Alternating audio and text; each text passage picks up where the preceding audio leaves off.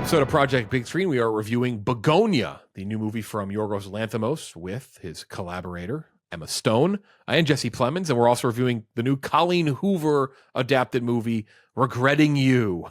And then we'll be doing our top 10 best actors, actresses of the 2020s so far. All that and more coming up on Project Big Screen. All right. Episode 5 of Project Big Screen. Jeff D'Lo, Kirk, Klemmer, Gooch. Shout out Kenjac. Got married this weekend. Congrats to Kenjac. Oh, there you go. So a little busy today, obviously, after the wedding. So just the four of us today, and we're talking two incredibly different movies.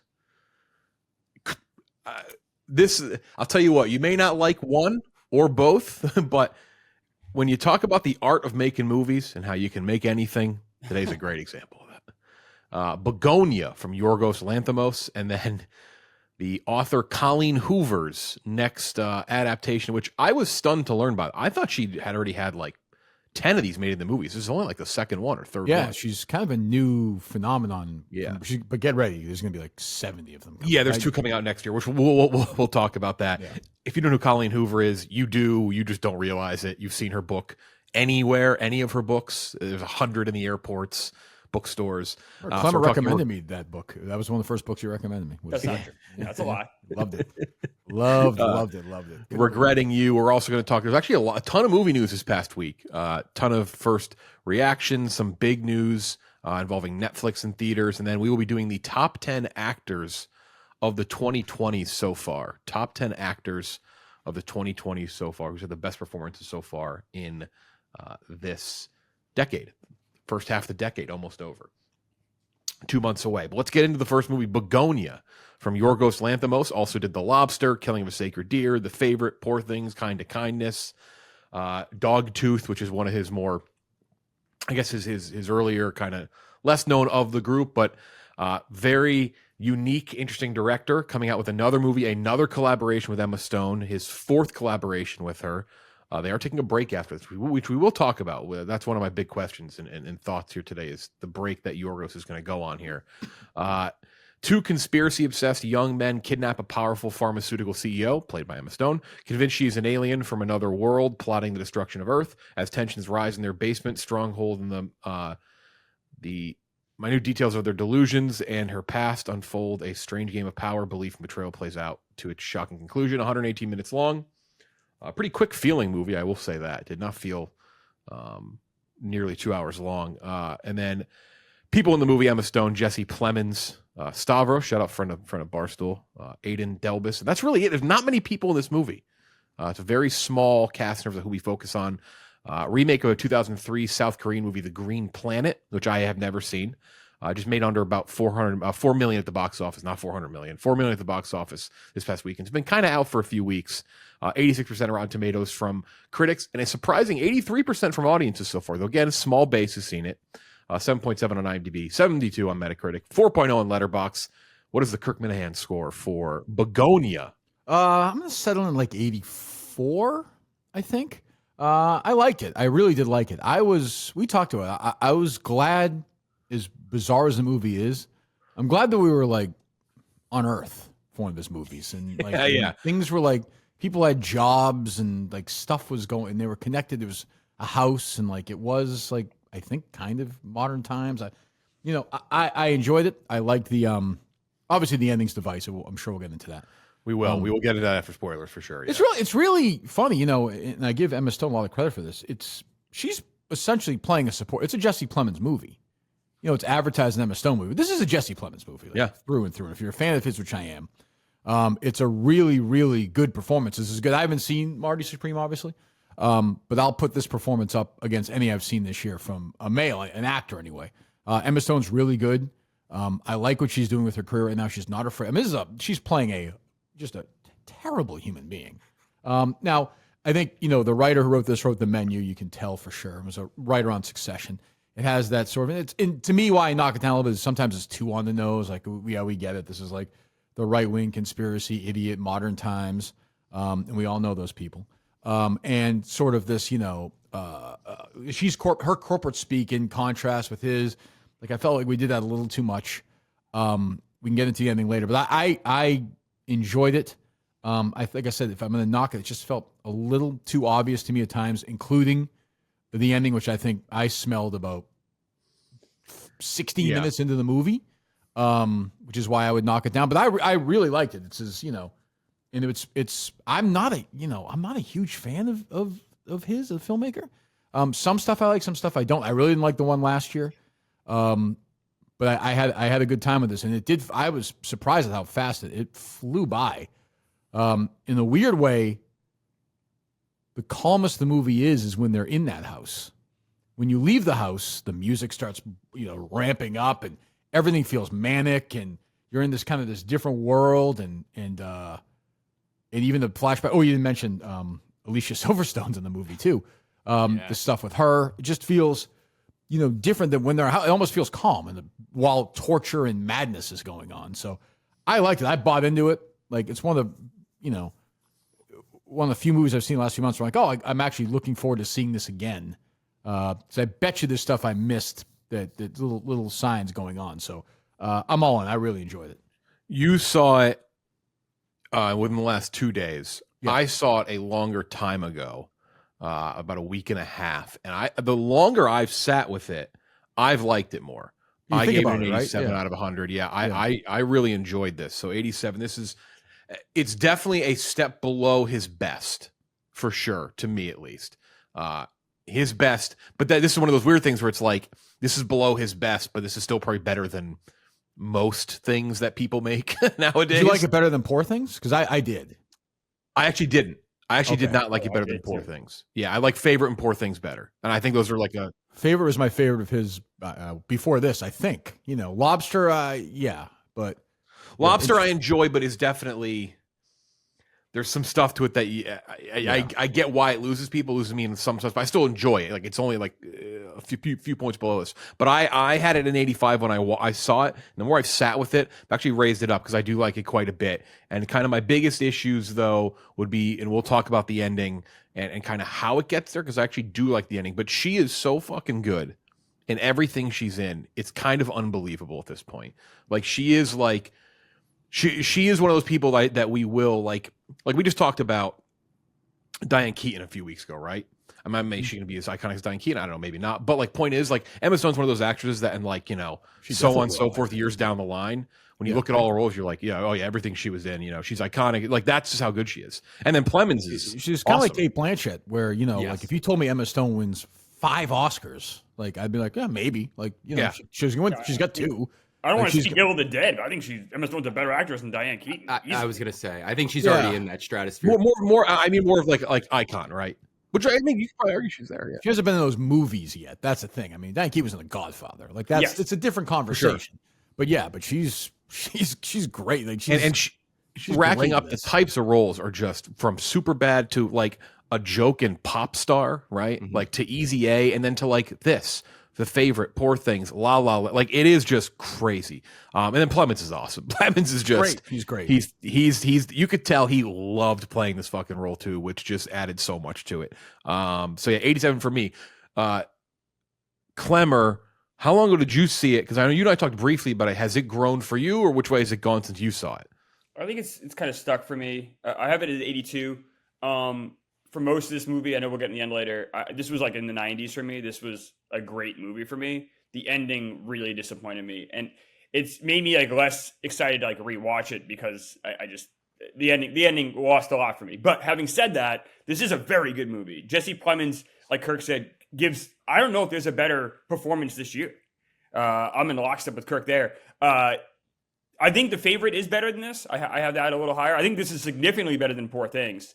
And this, if anything, gives me like a lot of like hope for Yorgos. Not that like a lot of excitement, I guess is probably a better word for Yorgos, because he can make a movie that happens in like regular time with regular people. It doesn't need to be he can make a relatable movie in a lot of ways. So that got me excited. And Emma Stone is obviously incredible. This is done so brilliantly. Maybe I should be higher on it. I don't know, but I'm at an 82. I'm still kind of like.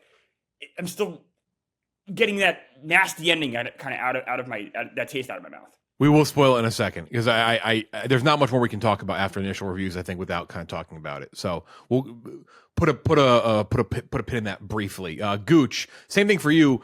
Since you last saw it, when did you see it? Has it gone up or down for you? I do feel like it is one of those movies.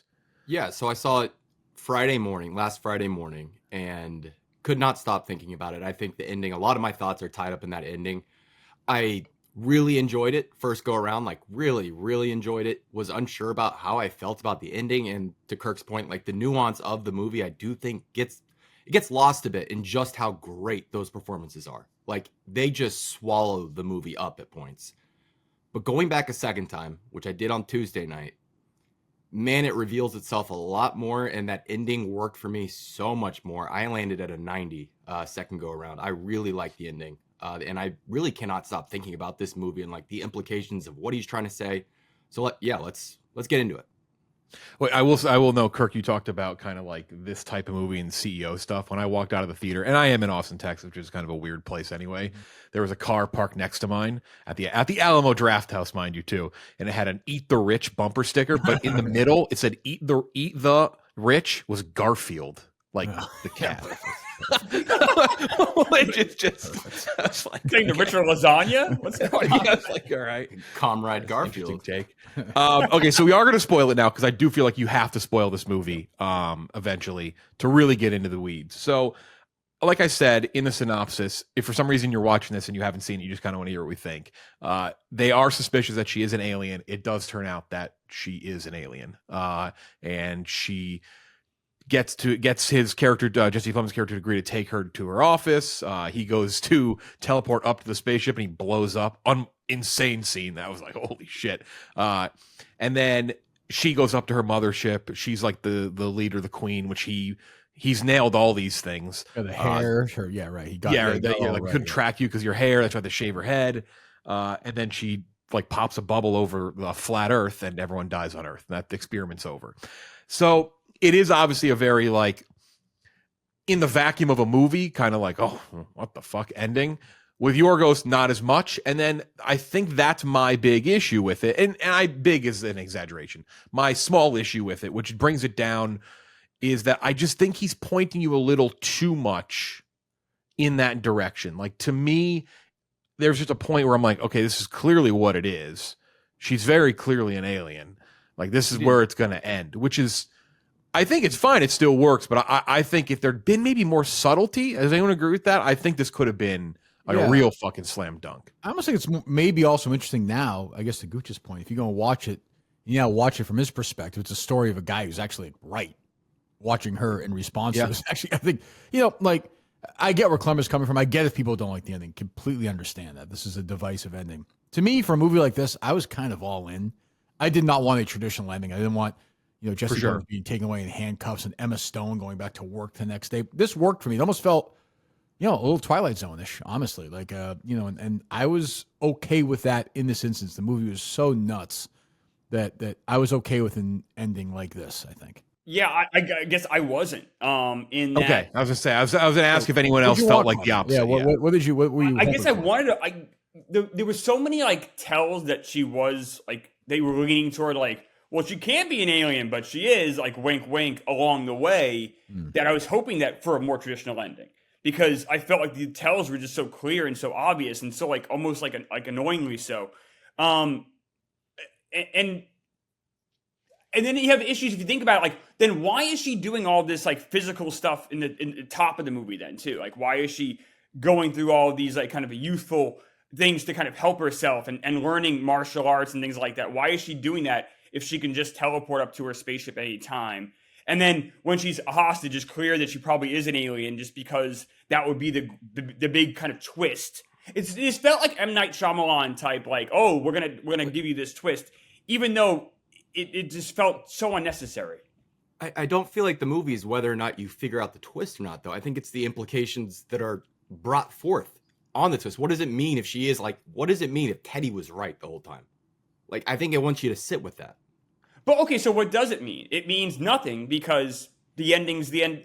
The world ends anyway. Her like diving into the human world and like being this powerful CEO. Isn't that part of the experiment though? It's like, that's kind of like the thing, right? She she's going through that whole thing, so that's why she's doing the skincare stuff and learning martial and like doing all that shit, right? I guess, but then why is the experiment to be a CEO? Wouldn't the experiment be like a normal human being if you're actually trying to learn the human experience? I thought they were trying to guide humanity, though. I don't think you could do that from a normal position. So then why would the experiment end? Because like, I think what happened in that with Teddy that would cause all of humanity to end? Like, why did the experiment fail? That's a fair question. I don't know why she suddenly decided up there. That's a fair question. I thought the same thing. Like, why she, okay, mankind can't exist anymore. Because one random like lunatic or guy that figured it out kidnapped her? Because she got figured out? Like, I don't understand. That's a fair question, I think.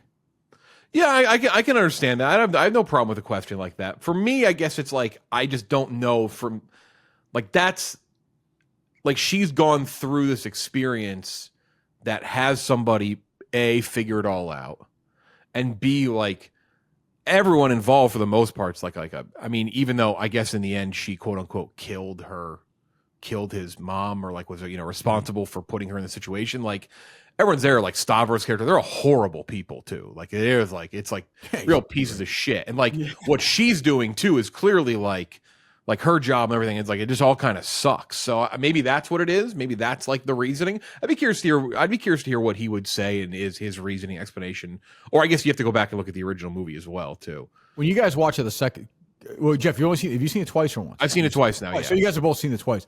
The second time you watch it, did you notice the scenes where before she gets kidnapped, when she's in the office or whatever, do you notice her playing essentially a person pretending to be a human being? Because she's very corporatized and like very robotic when she's even trying to communicate with people.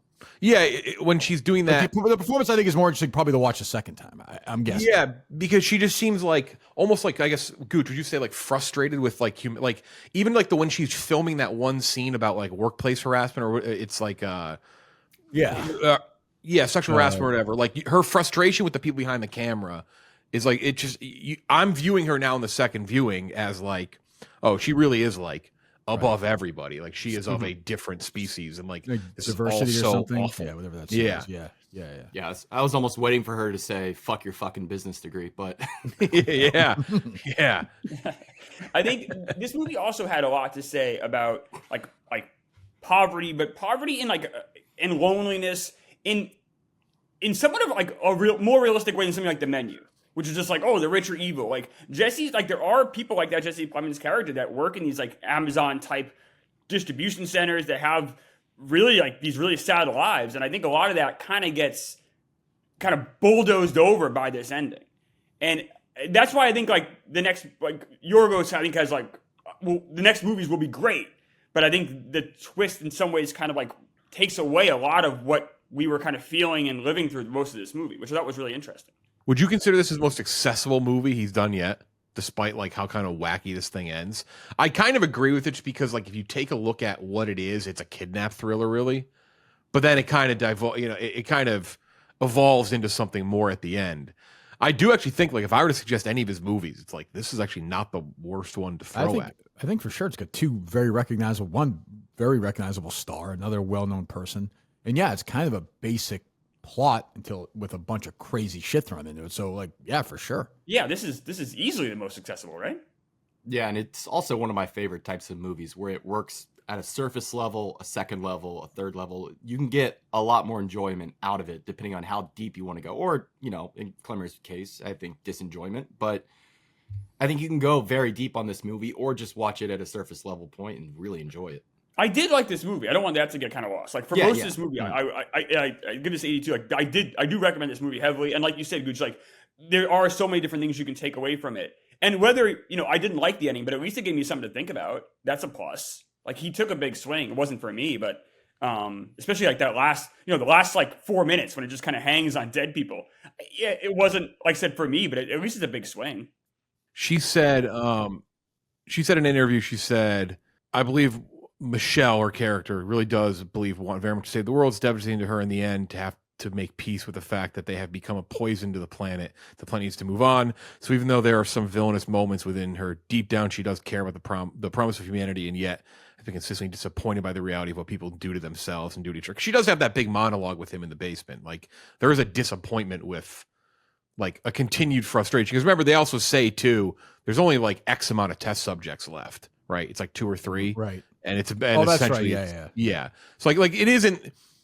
It's I guess it's not exactly just that one instance. Like there is like a continued like this is just the draw. It's such a, she said, draw to addiction, destroying other people, destroying yourselves, and poisoning everything. Which again, I do think that Stavros character, maybe I'm overthinking it, probably was pretty decently important too. Like he's obviously molested Jesse Plemons' character, huge real piece trauma. of shit. Yeah.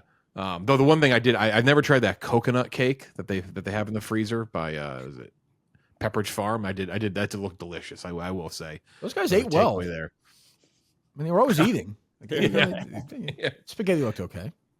How did you guys feel about the way the movie looked? Because it does, I do think, look quite different from his other movies.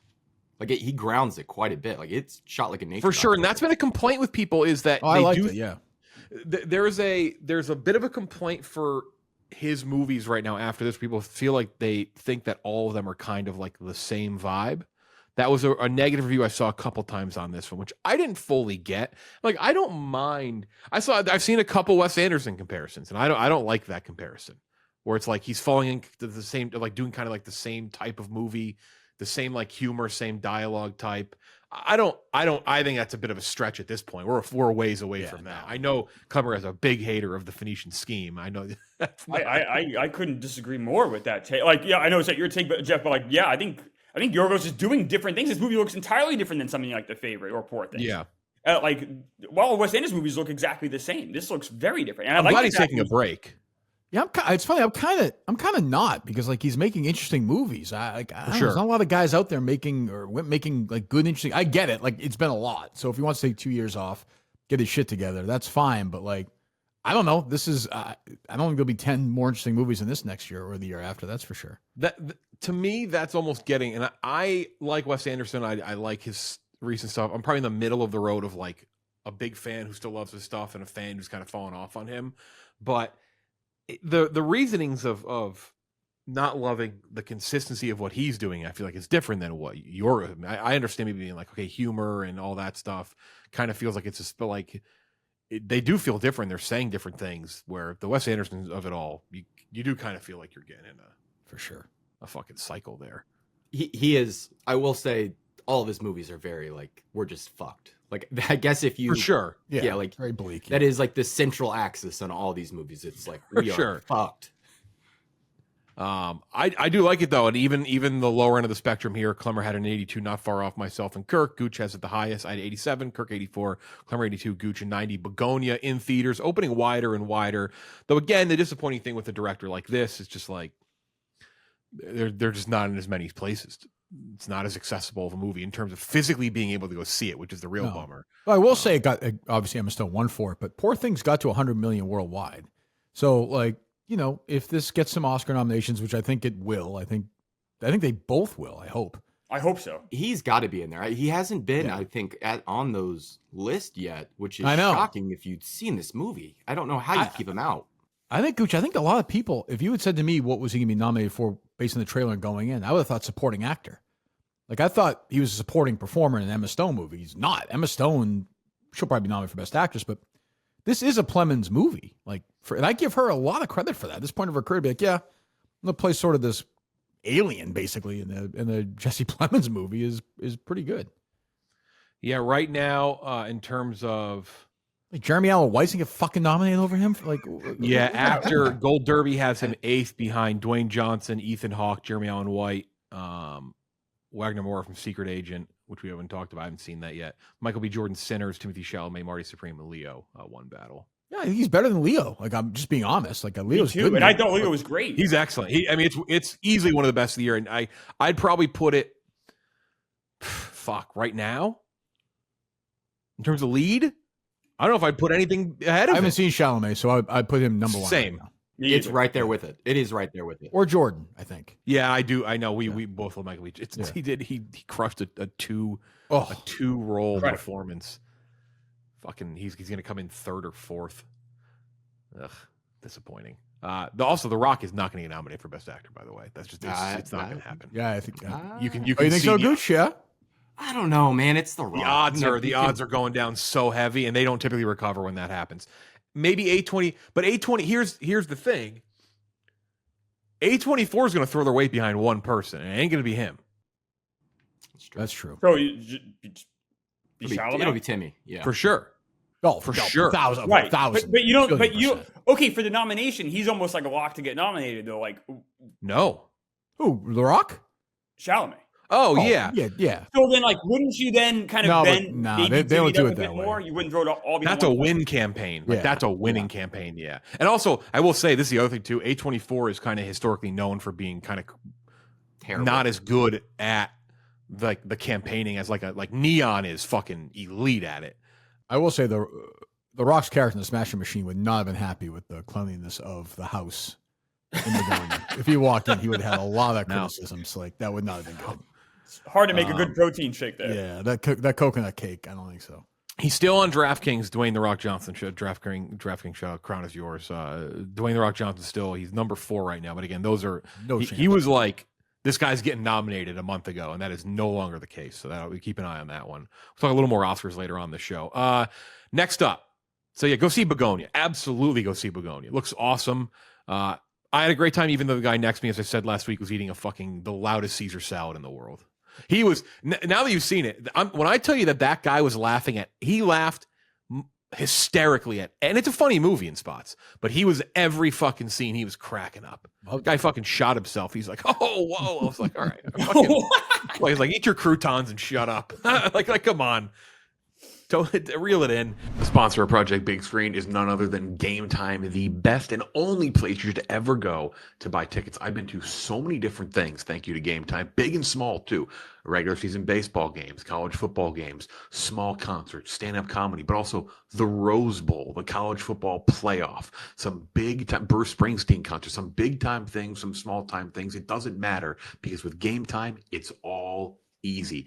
My favorite thing, fees are upfront and always included, because these other websites, you go to buy a ticket, you're like, oh, good price. And you go to the checkout window and it balloons up by 100. You're like, what the hell is this? Not with Game Time.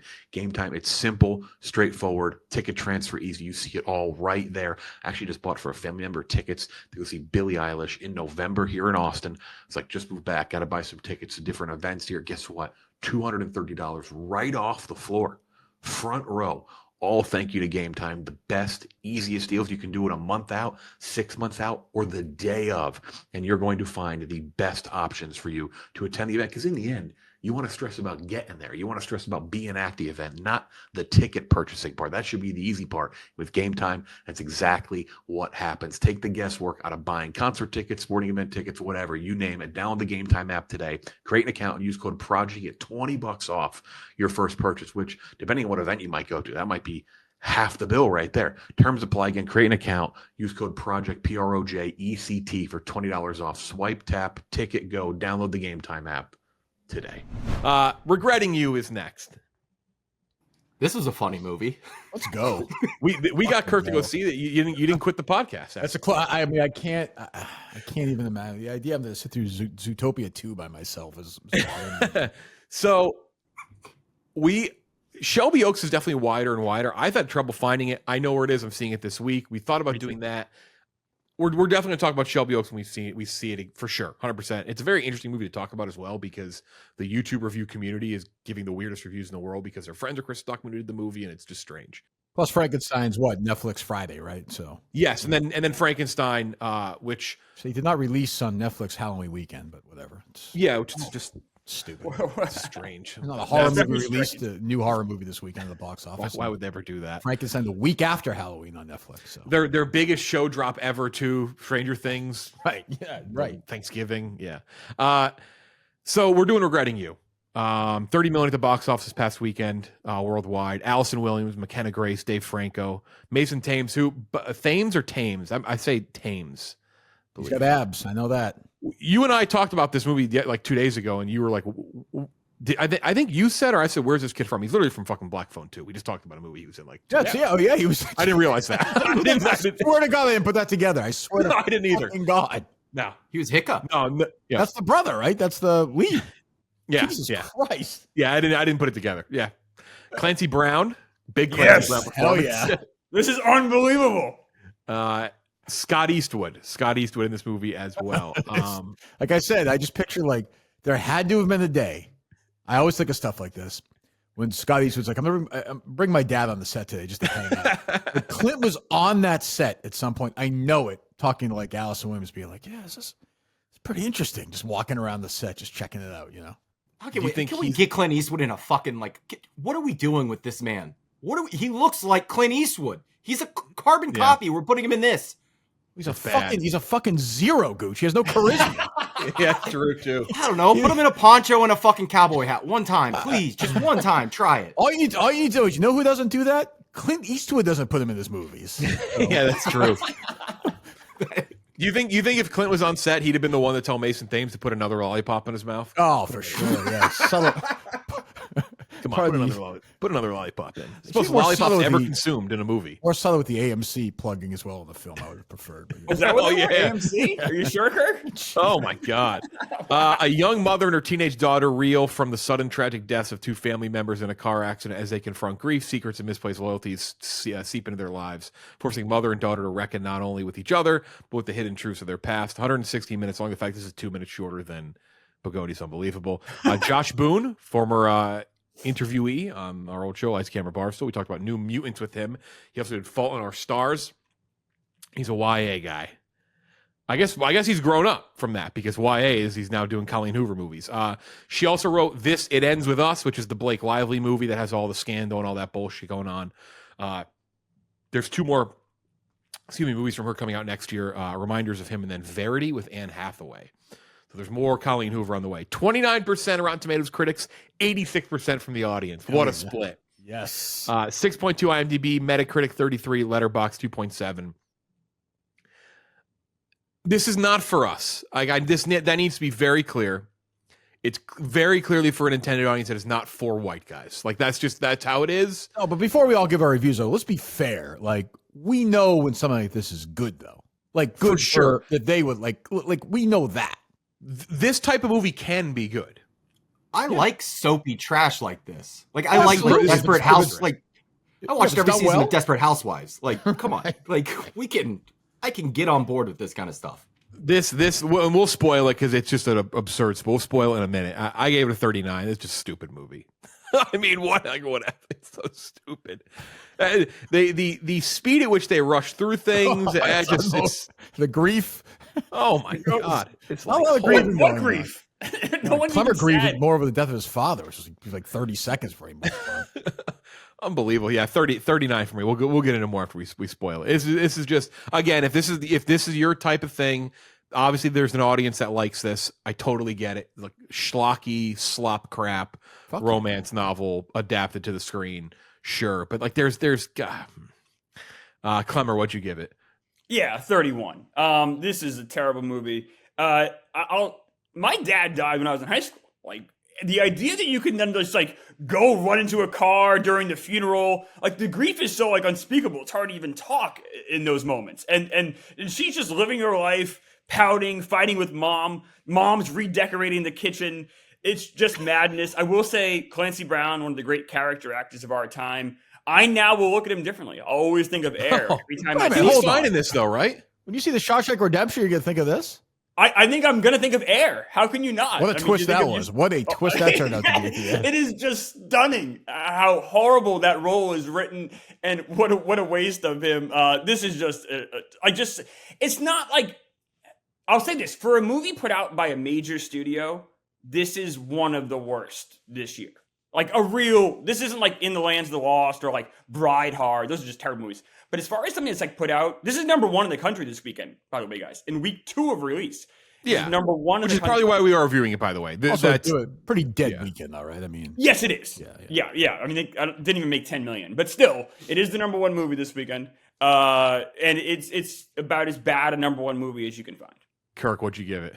I'll give it a 22. So it has made one of my favorite scenes of the year, though. There's a couple of things. First of all, there was a woman next to me, 2 seats away. She was older. And when the daughter somehow didn't yet come to the realization that her aunt and dad were having an affair, she was like stunned by it at the end. And Allison was about to tell her, she's like, don't tell her. Don't tell her. The woman was saying next to me, don't tell her. She said, oh, she was not happy about it.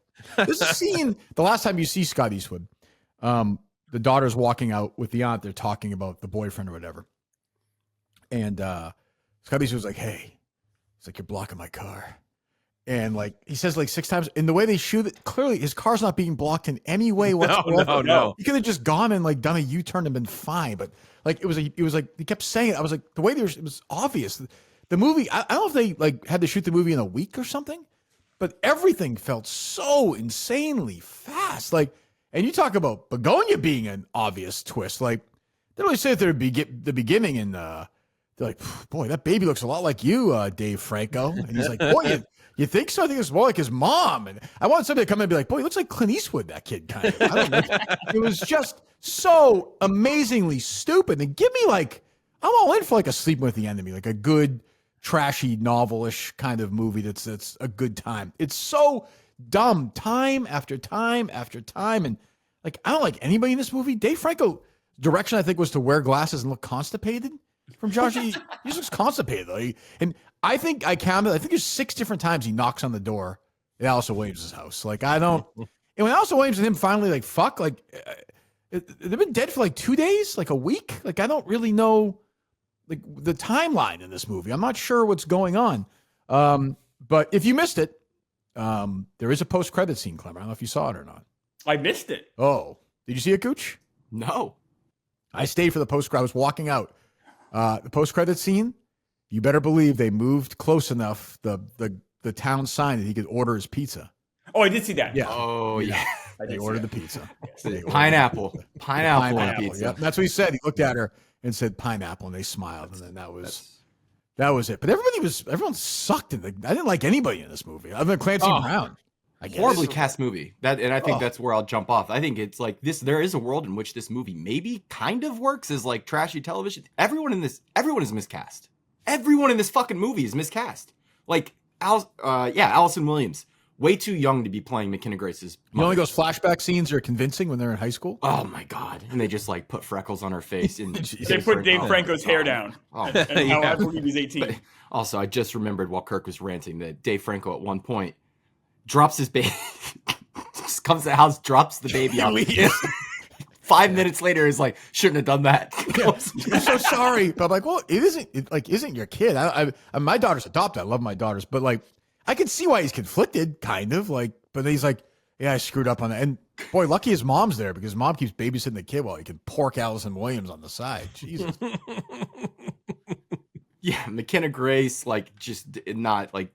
I think classic case of she was a great child actress, but the older she gets, the less she has it. I think Mason Thames has come out of nowhere and just a poorly written character, like one of the worst written characters of the year. Like Jeff said, what is the lollipop thing? I hope that's not a decision he made on set to give the characters some like flair, because what the fuck was that? He's supposed to be a bad boy or something. Like I don't. Yeah, but he's not though. He's like. I don't know. He's got the IMDb top 50 on his fucking wall. Like he's got every movie poster from the IMDb top 50 on his wall. His Patriot Games poster on his wall. I don't think he was watching that movie. I did actually write them all down. It's a heavy list. The Godfather, Rosemary's Baby, Sunset Boulevard, Clear and Present Danger, The Good, the Bad, and the Ugly, 48 Hours, The Godfather Part 2, The Two Jakes. These are all, by the way, these are all. I did see that. These are all Paramount films to give you an idea. Yes, they are. Yeah, so like he's got every movie ever made. He's got them all on his wall. So you know that he really likes movies and like it's so dumb. It's a full like really bad season of a CW television show like crammed into like 90 minutes. It's bad. I gave it 90. No, 118 minutes, Gooch. I was having so much fun. I barely noticed. Allison Williams for a second. She is really good in something like Megan because she's very cold and disaffected, and all the craziness going around in Megan, it works. In this, when she needs to be the heartbeat of the movie, it fails miserably. Yeah. Like she's such a cold actress. Like you don't believe she's ever even sad. You also don't really ever believe she's happy. Like I'm kind of I don't really get the Allison Williams thing, other than being the straight man in like a horror, child's play remake. I know she was in Get Out. Wait, what'd you give it, Gooch? 20. I know she was in Get Out, but I only ever think about the fact she played Peter Pan on NBC's live production of Peter Pan, like a nepotism role from Brian. If you're talking to her a year ago today, and you said to her, "What do you got next year?" and she said, "Oh, I have the Megan sequel, and I'm in the next Colleen Hoover movie," you're like, "Holy shit! What a box office is going to be for you." Instead, 2 absolute duds. Mason Thames was in. I forgot he was also in How to Train Your Dragon this year too. Right. Yeah, he was. Yeah, right. Busy year for him. From what I understand, he is like a massive heartthrob right now. Like he's like the guy. I get he's that. like like teen girls. Like I guess he's huge, which I had no clue. There's nothing there though. As an actor, I'm saying he was good in Black Phone too. I'll stick. Yeah, he was good. Great performance. Yeah, he was like fucking. He was good in Black Phone 1 too. Like Jack Nicholson in that movie. No, I didn't say that. There's a line. Black Phone 2. He was good. He was fine in that. He was good in that, and he was good in Black Phone 1. Just kind of like furrows his brow, and that's like the one gear he has. He eats a lollipop. Does do he that. does eat a lollipop. McKenna Grace is in a lot of stuff too. She's also in that movie Anniversary coming out soon with a pretty good cast. She's in the Five Nights at Freddy's 2. She's in Scream 7 next year, which we're going to talk about the trailer. She's in the Hunger Games next one, so she's gotten quite a big boom of roles. What the fuck is Dave Franco doing in this movie? Why did he do this movie? He's a classic case of a guy. I like him like off screen. I really like him. I think he's like funny and personable on red carpets, but for what, I don't know what it is, but on screen he does fucking nothing for me and never has. He's terrible in this movie. Together, he was. I haven't seen Together yet. Oh, I've that not was seen all right. Together. He was okay. Together was a solid attempt, but he is. But it didn't work for me, so in the end, I didn't really like that movie. But he's also in another movie coming out soon, which I'll tell you what, I am thrilled to talk about it. And I hate the first 2, and that's Now You See Me. You hate those movies? I hate those movies. Oh, I thought you might like them because they're very They're very what? They're very visual. Like I feel like it's like a poor man's Ocean's 11. Like it's very visual. It's quick. I know how much you love Ocean's 11 for sure. But like Ocean's 11 has charm, and it's Soderbergh and like. No, it's definitely a step below. But like where that's great, I thought you might see this as good. It's also like I'm a big I am very big into suspending disbelief for movies. But there's a guy Leo Vader on YouTube. There's a YouTube video he made called "Were the Magicians and Now You See Me Wizards or What?" And that's my biggest like are they wizards? Are they magicians? It's just so stupid. Yeah. Anyway, we'll be talking about that very soon. That comes out. You know, Alice Williams is bad at too, and I liked her. Like Get Out stuff like it, is like when she walks in the two of them like having sex, and she's trying to be like a wacky mom. It's just she is just not built to like somebody else could play that. That is just horrible casting. Like she is just. I don't know who that person is. Who's I don't know how old is she supposed to be in this movie? Like 40 or something? 38? I don't even know. I don't know who that is now, but who could have done it, Kirk? Like Rachel McAdams, I think. Yeah, she would. Yes, yeah, she would never do this, but yeah, no. Like right. She'd have been much better, much better. Jeff, you brought up that Anniversary movie. I'm glad. By the way, sorry. Before you continue, by the way, the twist of the movie, which we didn't even spell it out because I think a lot of people are going to listen to this review and not see the movie just because this might be one for our audience that maybe they don't care. Dave Franco and Allison Williams characters, their significant others, die in a car crash because they were having an affair. Too. Yeah. That's her sister, yeah. So Scott Eastwood, Will Fitzgerald, they're in the movie very briefly early on. And then Dave Franco, Allison Williams, there's kind of a budding romance from that. It all moves so fucking fast. Also, the one of the biggest wet fart whiffs of a death scene I've ever seen for 2 characters. Like, she's like, hello? Oh, wow. Yeah, I'll be right there. And then she shows up to the hospital, she's got the baby, and then they both break down. And there's no real audio of it either. They do it over like a song. It's all silent. It packs zero emotional weight. Zero. And the whole time the girl, McKenna Grace, is like, it's my fault. It's my fault. It's my fault. And then Alice Williams is like, but she wasn't even driving when you texted her. She's like, oh, good. Okay. Thank God. Like, that's the payoff of this fucking movie? Yeah. So dumb. And I do think, like, look, It Ends With Us is not, the conversation, but like it's much better than this. No, that was one last year? No, what was it? The one last year? It was last year. Yeah, what was it called? Last year. Yeah, the one with it was much better than this crap. No. Oh yeah. Oh yeah, absolutely. Yeah, that's what I'm saying. Absolutely, not for me also, but like way more, just smarter. This is I gave in the 50s, I believe. It That's wasn't what I mean, great, yeah. but like it was more competently, like there was a flow to it. And like this felt so rushed in weird spots. And again, like that beginning is so vital for you to give a shit about anybody. But then they rush through all the death stuff. And then even just like you said, Klemmer, like their ability to get over grief in this movie is fascinating. Oh, I mean, it is like they're moving. It is bizarre. The end when they're watching the promposal video. By the way, terrible video. He's going to film school. That's fucking awful. What a shit. What a shitty movie that is. It's also a Psycho. Like that's the. Every single thing gets resolved in a matter of like 45. I felt like I was at like a Broadway musical. That's like the end of Grease. Yeah, like when they're all everything gets resolved in 45 seconds, including the fact that they're basically millionaires now. It all happens so quick. You're like, oh my god. I know Gooch is concerned about the future of her best friend and his best friend and their romance because that took us all on a ride. I'll never forget that their moments together. That one girl just kept showing up. She kept spawning in the background of scenes. Just like, they never introduce her. She's just there. Right. Just a stupid. Again, that's my. I don't feel bad. Like I know when something's not for me, and it's always been my big thing with rating these types of movies. Right, like I hate when like someone goes and reviews a movie that's clearly not intended for them, and they shit on it like it should be the fucking Godfather. That's not fair. But I think you just said it. It's like it ends with us. Well, it wasn't great. It was just it was this type of movie, but just significantly better put together. Or Barbie wasn't for me, but like I didn't love it, but I recognized like it was there was some smart stuff in there. This is fucking stupid. It's so dumb. Stupid. It's dumb. I mean, it's just dumb. I posed this question the other day to Kirk, and I'll bring it up on here. I want to hear what Klemmer and Gooch say, and then you can give your thoughts too, Kirk. Here's my one thing with this movie.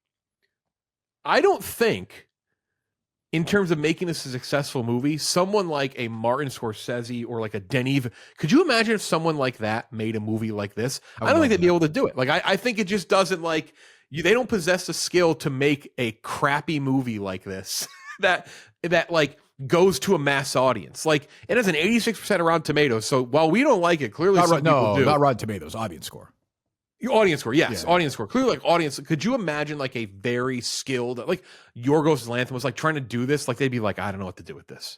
I don't know what to do with the script. I don't know what to do with these characters. Like there'd be too much subtlety. Like the slop eaters that this is intended for. I don't think they'd be like, I don't like this. I think you'd get better performances out of your actors, though. Maybe that'd be it. That'd be the one thing you might get. I think the movie would like make sense and not feel rushed and be so much better. I think just because, like, I'm glad we're kind of talking about, like, yes, romantic, whatever this is, drama is maybe won't be for us, but I think all four of us can appreciate them when they're made. Steel Magnolias is a good movie. Like, yeah.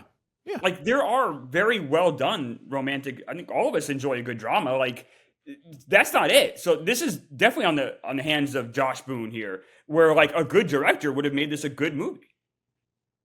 There is a level of crap though that I think the script's so bad skills to make something like this. Like you have to, like you need to make it work for the mass audience that it's quote unquote intended for. Like it is funny. It's like the crappier these are. It's like I'm almost more in the inverse. Like I'd like to see Josh Boone direct like Oppenheimer or something and just see see what happens. That's what with like James with friggin' the Franco brother as like Oppenheimer or something. I'd be in for that.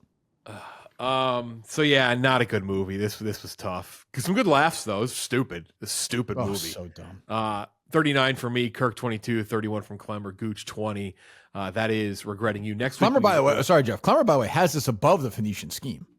I do. Yes. Yeah. I like this. That's crazy. I mean, that's just intellectually dishonest. I agree. I know where you're coming from. But that's just dumb. I was more entertained watching this than Phoenician Scheme. You were entertained because it was bad, though. I'll give you a free pass to change that right now. I didn't like the Phoenician Scheme. No, I'm not. No, those rankings are that I'm locked into those. And it's very close. I will say it's very close. Is it ahead of the Pets movie? I think it's ahead of the Pets movie. Okay. I had this like 102nd out of 130 movies. I'm not like this isn't track, good. But I just okay. Jeff, I do want to mention that anniversary movie real quick. Yes. That came out this week, and it has Kyle Chandler, I think, a relatively interesting premise. Diane Lane, right? Yeah, Diane Lane, Zoe Deutsch, McKenna Grace, do you Dylan guys O'Brien, know anything like about this? Like, I feel like this is just kind of came and went. I had this had any Oscar? Like, I don't know anything about this. No, I don't know much about it either. It's bizarre that a movie like I feel like this loaded. It's one of those movies that just comes out during the year that kind of just comes and goes.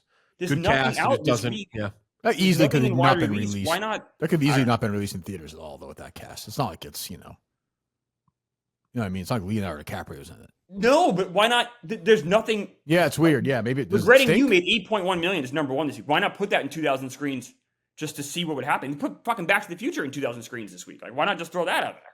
I don't know. Next week we have Predator: Badlands, which we're going to talk about in a second here because there's some early reviews out, as well as Frankenstein, which will be hitting Netflix. Guys, enter the room dick first. Blue Chew isn't just a tablet, it's a cheat code for your crotch. Stronger, harder, longer lasting, like someone gave your downstairs a pep talk in a gym membership. Blue Chew is the original brand offering chewable tablets for better sex. Guys, this isn't just about performance. This is about legacy or third legacy. Give our group chat something to talk about. Discover your options at bluechew.com. And we've got a special deal for our listeners. As always, get your first month of Blue Chew free. Just use promo code BIGSCREEN at checkout and pay $5 for shipping. That's it. Join Blue Chew's mission to upgrade humanity one thrust at a time. Head to bluechew.com for details and safety info. And big thanks to Blue Chew for sponsoring the podcast. Let's move on now to our next segment, Cinema Time. News, thoughts, and one that's TV, but kind of movie as well. It's going to be in theaters. Scream 7, new trailer, or first trailer for Scream 7. I'm going to let Gooch is a, I don't know if you know, is Klemmer and Kirk. Gooch, a big-time Scream guy. Huge Scream fan. What do you think of the trailer? Fuck this. This franchise is cooked. It's done. I'm never. Yeah, it really is. That was my big takeaway. I was like, oh boy. Fuck you for bringing Sidney Prescott back in this manner. There's a way to do it, but not 3 years later. She was pushing that kid in a fucking stroller in the last movie. She's just a grown up now. That's like the least of my complaints. But yeah, no, this looks terrible. Like it looks like they've given up and they're just making trash and like trash that they know that they have a fan base. A big enough fan base that'll come out and support this and make the money, and they don't give a fuck what they put out. Like, here's my confusion, and you need to explain this to me because like I always get lost. Were there deaths retconned in these past movies? Because there are rumors that it's Matthew Lillard and Scott Foley who will be playing Ghostface in this movie. Yeah, they've retconned a lot, right? Yeah, basically everything that happened the last two movies, just forget about it. Just forget about it. I mean, the way everything went down with Barrera and Ortega, I think they're trying to move past it and completely wipe it from everyone's memory. Like, it's depressing, honestly, because I do think after that last movie, towards the end, they'd kind of found the footing with those two characters, and now it's just back to the drawing board. And yeah, no, this is a cash grab. But the worst kind of still cash dead, grab, though, right? What was that? He's dead. He's dead. So we were in the office. And Gooch and I were talking. Gooch is like, "Oh, the Scream trailer came out." I'm like, "I'll give it a chance. I don't know. Like, Nev Campbell's back. I know that those two." And Gooch is like, "It's terrible." I'm like, well, "Let's give it." I watched him. Like, second it was over, I was like, "Gooch, you're right. That trailer stunk. It was awful. It's the worst Scream trailer I can remember. This very disappointing." Yeah, I'm kind of out of the franchise. I've been out for a while, so I've watched it, but yeah, I mean, it doesn't. It's to that point with the franchise. Very basic trailer. Scream, it's called Scream. It's really Scream 5, but it's called Scream. So fucking stupid. Scream was like a decent soft reboot, if I recall, correct? I liked it. But like, that's kind of my point is like, this franchise is so scattershot in my brain at this point that I can't even keep things together. That it's like, okay. Also, this entire movie seems like it's going to take place in between two walls in someone's house. Like that's that whole trailer. Like it's like, Sydney doesn't need to have like a fucking armory in her house. I'm sorry. Yeah, she's got Well, it's the vibes of the Jamie Lee Curtis shit from Halloween, right? Yep. Where she builds this. It's the same thing, and then still doesn't manage to kill him, even though he's burning alive in the basement. Stranger Things had their next finale trailer. Stranger Things release is very interesting for those who don't know what it is. I actually am a proponent of this. I think that's actually a smart decision on their part to release it like this. The last one was a hit. I recently rewatched season 1 through 4. It stumbles in the middle season, but season 4 is fucking awesome of Stranger Things. Thanksgiving, they're coming out with episodes 1, 2, 3, 4, and then 5, 6, and 7 on Christmas. And then New Year's Eve, there's going to be a movie, a movie feature length episode, basically, and it's going to be in theaters.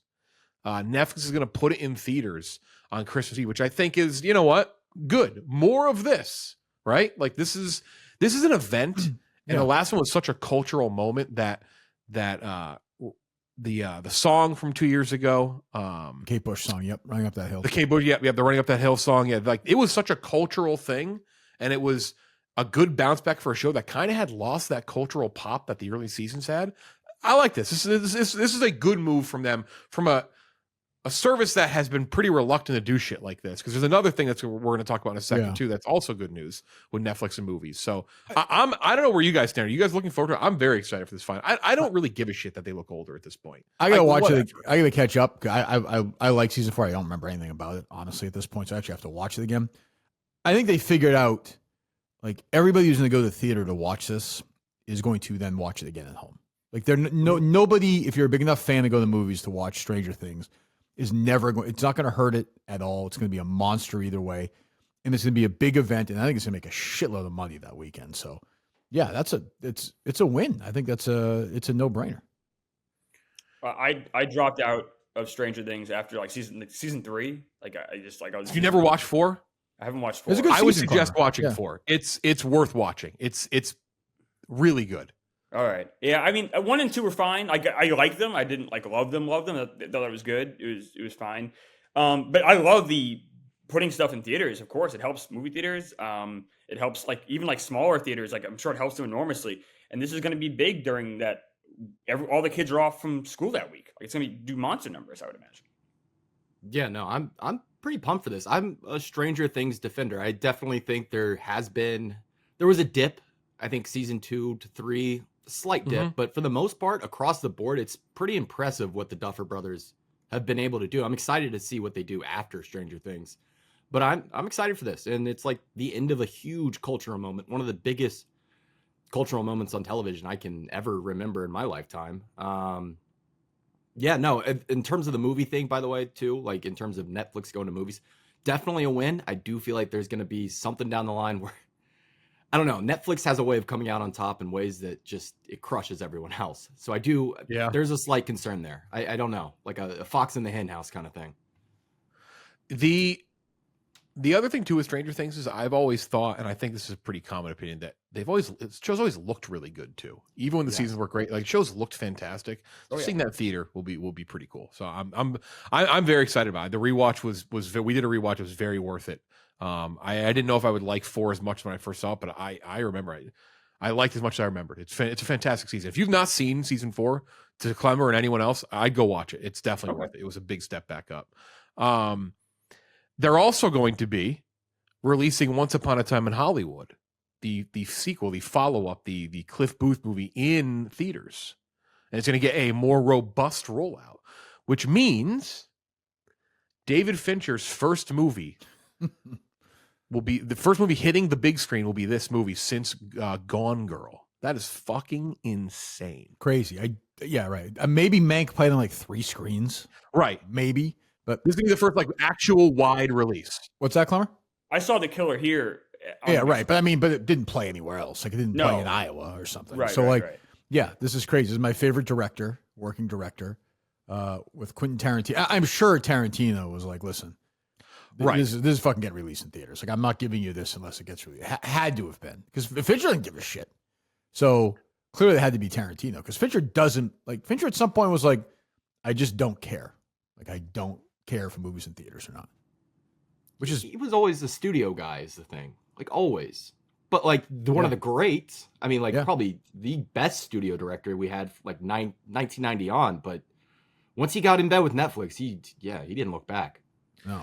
Stop asking him if he's going to make fucking Mindhunters. Like enough. Stop asking him about Mindhunter. Let's get this guy back to making movies in theaters. A first movie in theaters since Gone Girl. It's crazy. That is crazy. Which was a huge financial hit, if I remember correctly. Yeah, right? Like it was after two other big ones too. Whatchamacallit was a pretty big hit, and then Social Network was a huge hit. Oh yeah. Has anyone ever asked him like why you don't care? Because a lot of these directors will say like, oh, like I do care. Oh, like they'll hedge with it a little bit. Obviously, they took the paycheck, but he's powerful enough. Has anyone ever asked him like why? He's such a digital technology. I mean, even when I think about with him, this is very unfair because he has so many good digital things. Like some of the digital stuff they do in Social Network is fucking unbelievable. Just fantastic work. And the face replacement, but like I always think of the digital breath in Social Network. I always think about when they're outside of that mixer and they're talking about the idea in the cold and you see his digital breath. He loves that. Like I just think about like he's just different. Which is fine. It's like there's a benefit to that as well. And the way he colors his movies and the way everything looks, but like he clearly doesn't matter. But we've been talking about this for months, and that was always my thoughts. Like there's no way Tarantino lets this script be streaming only. There's no fucking way. And in addition to let's get Fincher back, I don't think I like the movie as much as you guys probably. I like Once Upon a Time in Hollywood a lot. We now have a sequel. Tarantino's done like podcast episodes with like fake obituaries about Rick Dalton, like 2-hour episodes on it. And he's written now like 30 books about this movie. Like I would like Quentin Tarantino to move on. And if we ever get him on here, I agree. You can also make like 4 more movies, Quentin. Like we don't need this bit in our lives. You can make a movie when you're 72 years old. It'll be okay. Like we can do this. Clint Eastwood made Juror number 2 last year. He was 93 fucking years old. Like we can do this. We can do. And it was a good movie. It's great. Yeah, I mean, for what it was a lot. Yeah, that's what I'm saying. You can tell he is so fucking mad that Once Upon a Time in Hollywood was not his 10th movie. He's so fucking mad. It's true. It's killing him. He's like, I gotta follow that one up. Fuck. That really, if he's ever gonna do a last, he starts combining movies. Well, this one really counts with this one. This one, yeah. 4 Rooms count? Yeah, I don't know. Yeah. So, it's just, yeah. What did he direct? What's the TV episode he directed? Was it SVU? He did an ER and a CSI. CSI. Yeah. Yeah, CSI. Yeah, it's like those count actually. Yeah. This is 10 now. Here's okay. This is TV to big screen. Though from big screen to TV to big screen. Though Taylor Sheridan. Let's have an honest discussion about Taylor Sheridan for a second. Taylor Sheridan wrote 3 fucking awesome movies. Wind River, Hell or High Water, which I think gets its flowers, but I still think is not as. That's his best movie, I think he's written. Yeah, it's not as up there as it should be. And Sicario, which is, in terms of writing, 3 of the better movies anyone's written this. I mean, just fucking incredible movies. And then he directed, and then he wrote Sicario de the Soldado without Denis Villeneuve, which was obviously, and without, I believe, Roger Deakins as cinematographer. So just like stripping away all the good stuff. Then he directed the Those Who Wish Me Dead movie with Angelina Jolie, not very good. And now he's part of 900 different Yellowstone spinoffs. They live in like a Landman, everything gets shot. Yeah, and everything gets shot in like his like place there. It's like his whole life. It was like shirts and cars, and it's just a weird existence. Mayor of Kingstown, he did. He also did Tulsa King. So whatever. He's done a bunch of stuff. Not for me, not my favorite. I know people love it. I think Kirk, you reference it. It's TV for dumb people. Yeah, if you're stupid, you think it's a great show.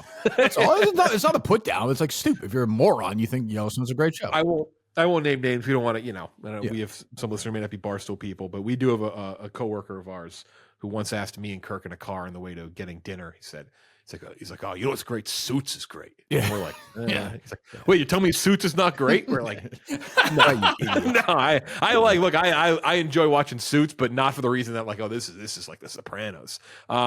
Anyway, Taylor Sheridan is teaming up with Peter Berg. We talked about recently. We were talking about Mark Wahlberg, and they're doing a Call of Duty movie. I want to be like,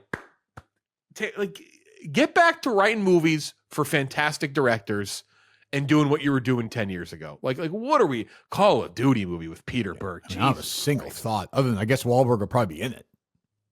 If he's not in it, what has he been doing? Like, what was all this for him not to be in this movie? Which he already was in Lone Survivor, right? Yeah, like he's been in like a war. It's just like, oh, God. How did Peter Berg get Call of Duty? He got it over fucking Spielberg.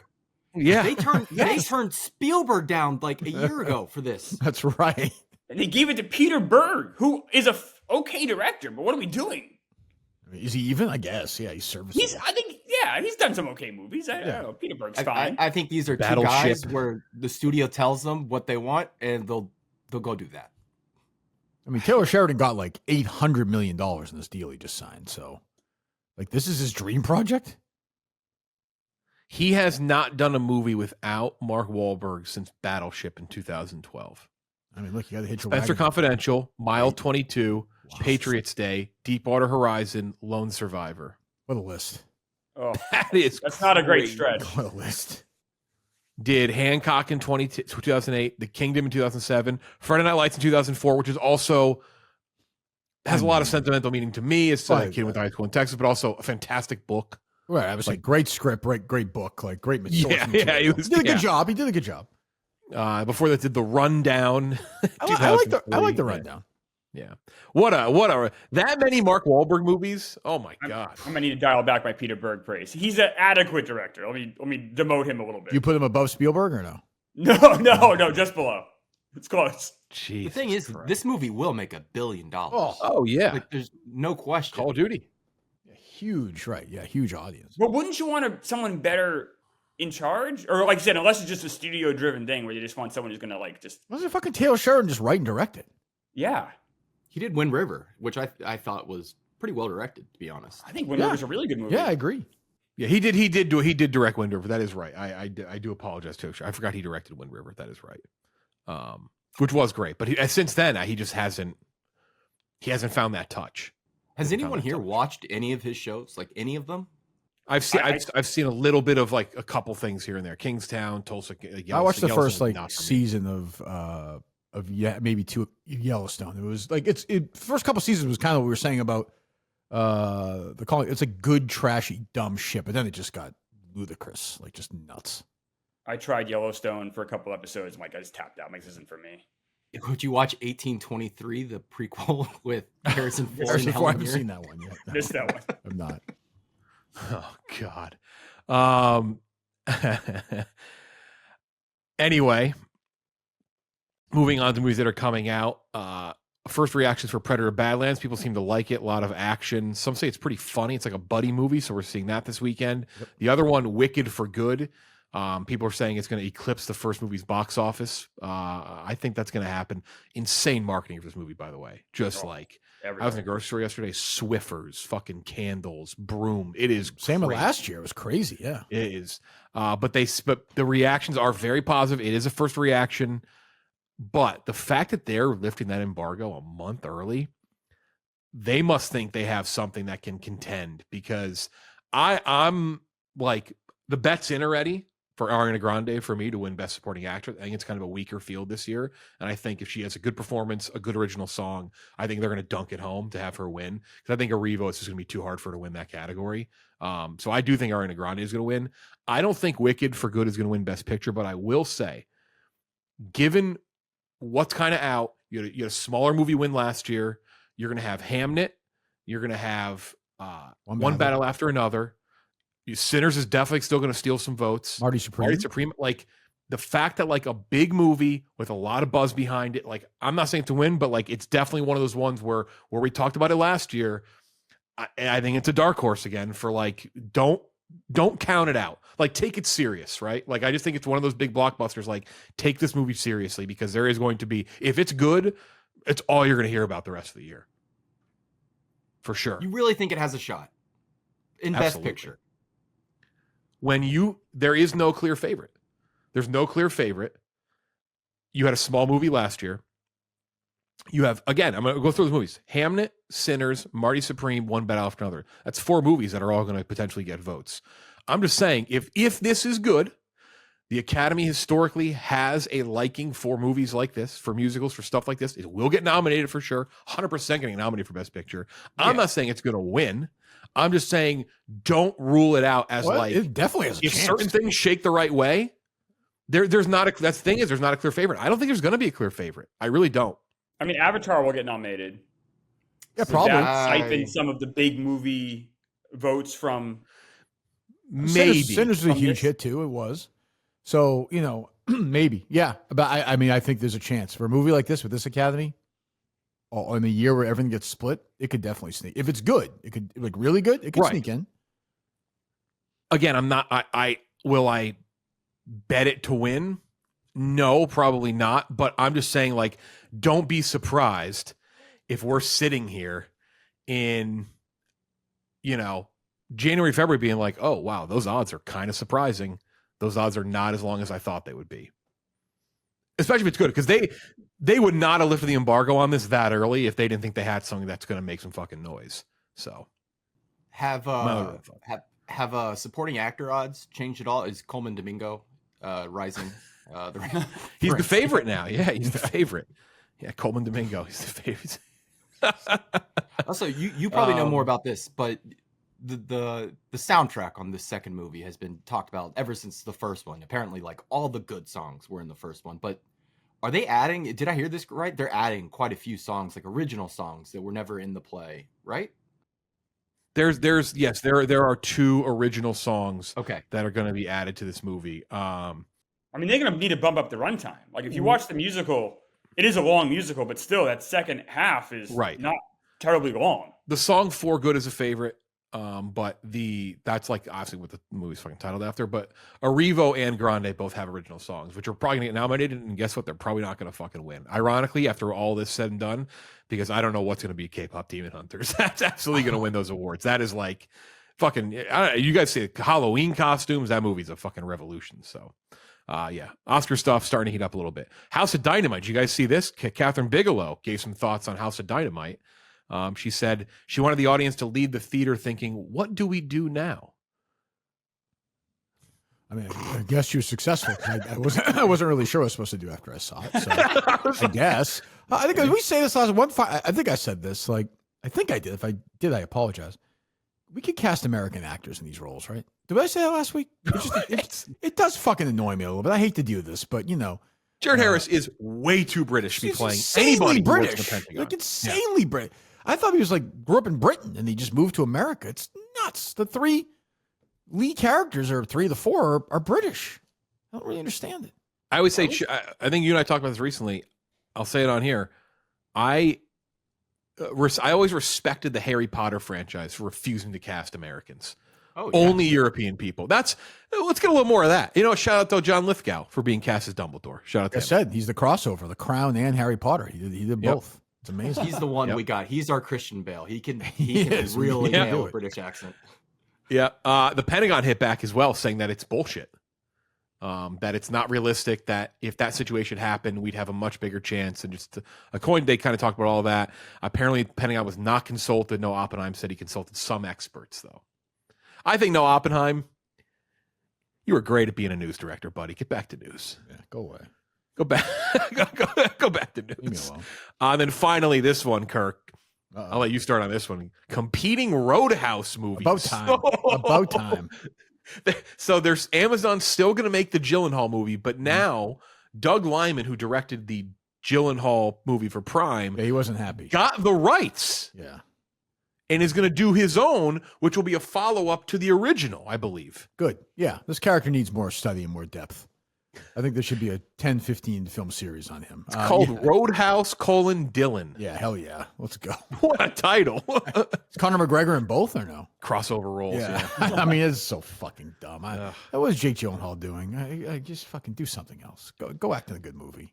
He looked so gross in the Prime one. How did you guys feel about that Prime one?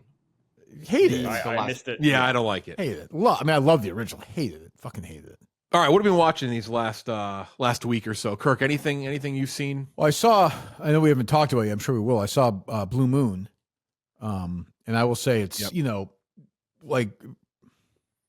some are my top 2 or 3 favorite movies of the year. I thought it was just fantastic. I really loved it. I'm sure we'll review it in full at some point, I imagine.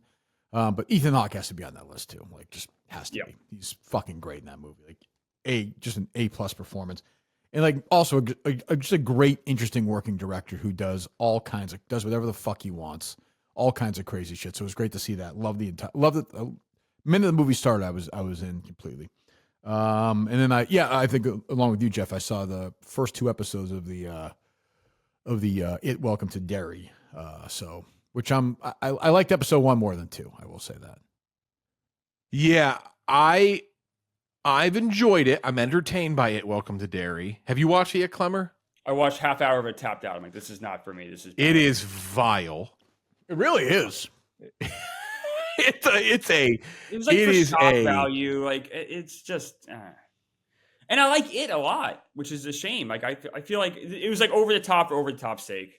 It is a fucking vile movie, a vile show. But I've enjoyed it a little bit. I like if they're going to go crazy, if they're going to do some wild things, and like for what it is, for like schlocky horror, like gore stuff, it's fine. Like I can roll with that. I enjoyed Blue Moon 2, Mastermind. I enjoyed. She's a great director. Mastermind's definitely worth watching. I enjoyed Mastermind. Was that your screen unseen, Gooch? Is that when you saw it? Yeah, I mean, can you imagine that was a screen unseen. Can you imagine just a group of people expecting a nice popcorn flick at AMC and they get that? Kelly Reichardt movie, just like really subtle. Frankenstein, I'm excited to talk about Frankenstein next week. Very excited to talk about Frankenstein. There's a lot to talk about, a lot to like, but a lot to discuss of like, did that work? Did that make sense? And then anything else from you, Gooch or Klemmer? I watched an older movie, Aloha, because we were originally tasked. Wait. What did you watch? Aloha. The Cameron Crowe film. Yes. Because you're going to do the Emma Stone rankings. I'm actually reading his book right now, his memoir right now. Is it good? Yeah, it's great. It just came out. It's great. But yeah, go ahead. No, Aloha, it was just stunning. I've never seen. I don't know if this is a better example of a director just like completely losing his fastball than that movie. 2 leads too. Jesus. And he made Bill Murray and Danny McBride not funny. Isn't she supposed to be from China or something? Yeah, she's got her last. I think it's Allison Ang, right? Isn't that her? Yeah. Yes. No. And I know that's unbelievable. And I know that became the narrative of the movie. Is like, oh, they cast Emma Stone as a Hawaiian person. That doesn't make sense. Sure, that doesn't make sense. But the rest of the movie is equally horrible. And I feel like it almost like that hides how horrible this movie is and how bizarre. It doesn't make sense at times. It's like horribly written. It's such a bizarre thing. Even Cameron Crowe, who's had a great career. We never got him after Elizabethtown. We never got him back fully though. No, we just lost him. He lost after that. Well, he hasn't made a movie in over a decade now, so maybe I guess he's writing books, so maybe he realizes, I guess give him credit for self-awareness. Be like, I don't have it anymore.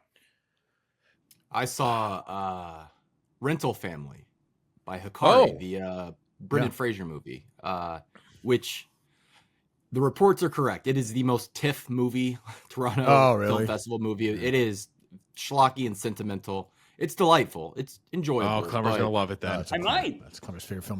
Get the schmaltz alarm ready to go. Yeah, we can cross them off for following the whale up with another win. Yeah. Oh, really? Okay. Oh. I saw that 4th or 5th in one of the best picture odds, but no.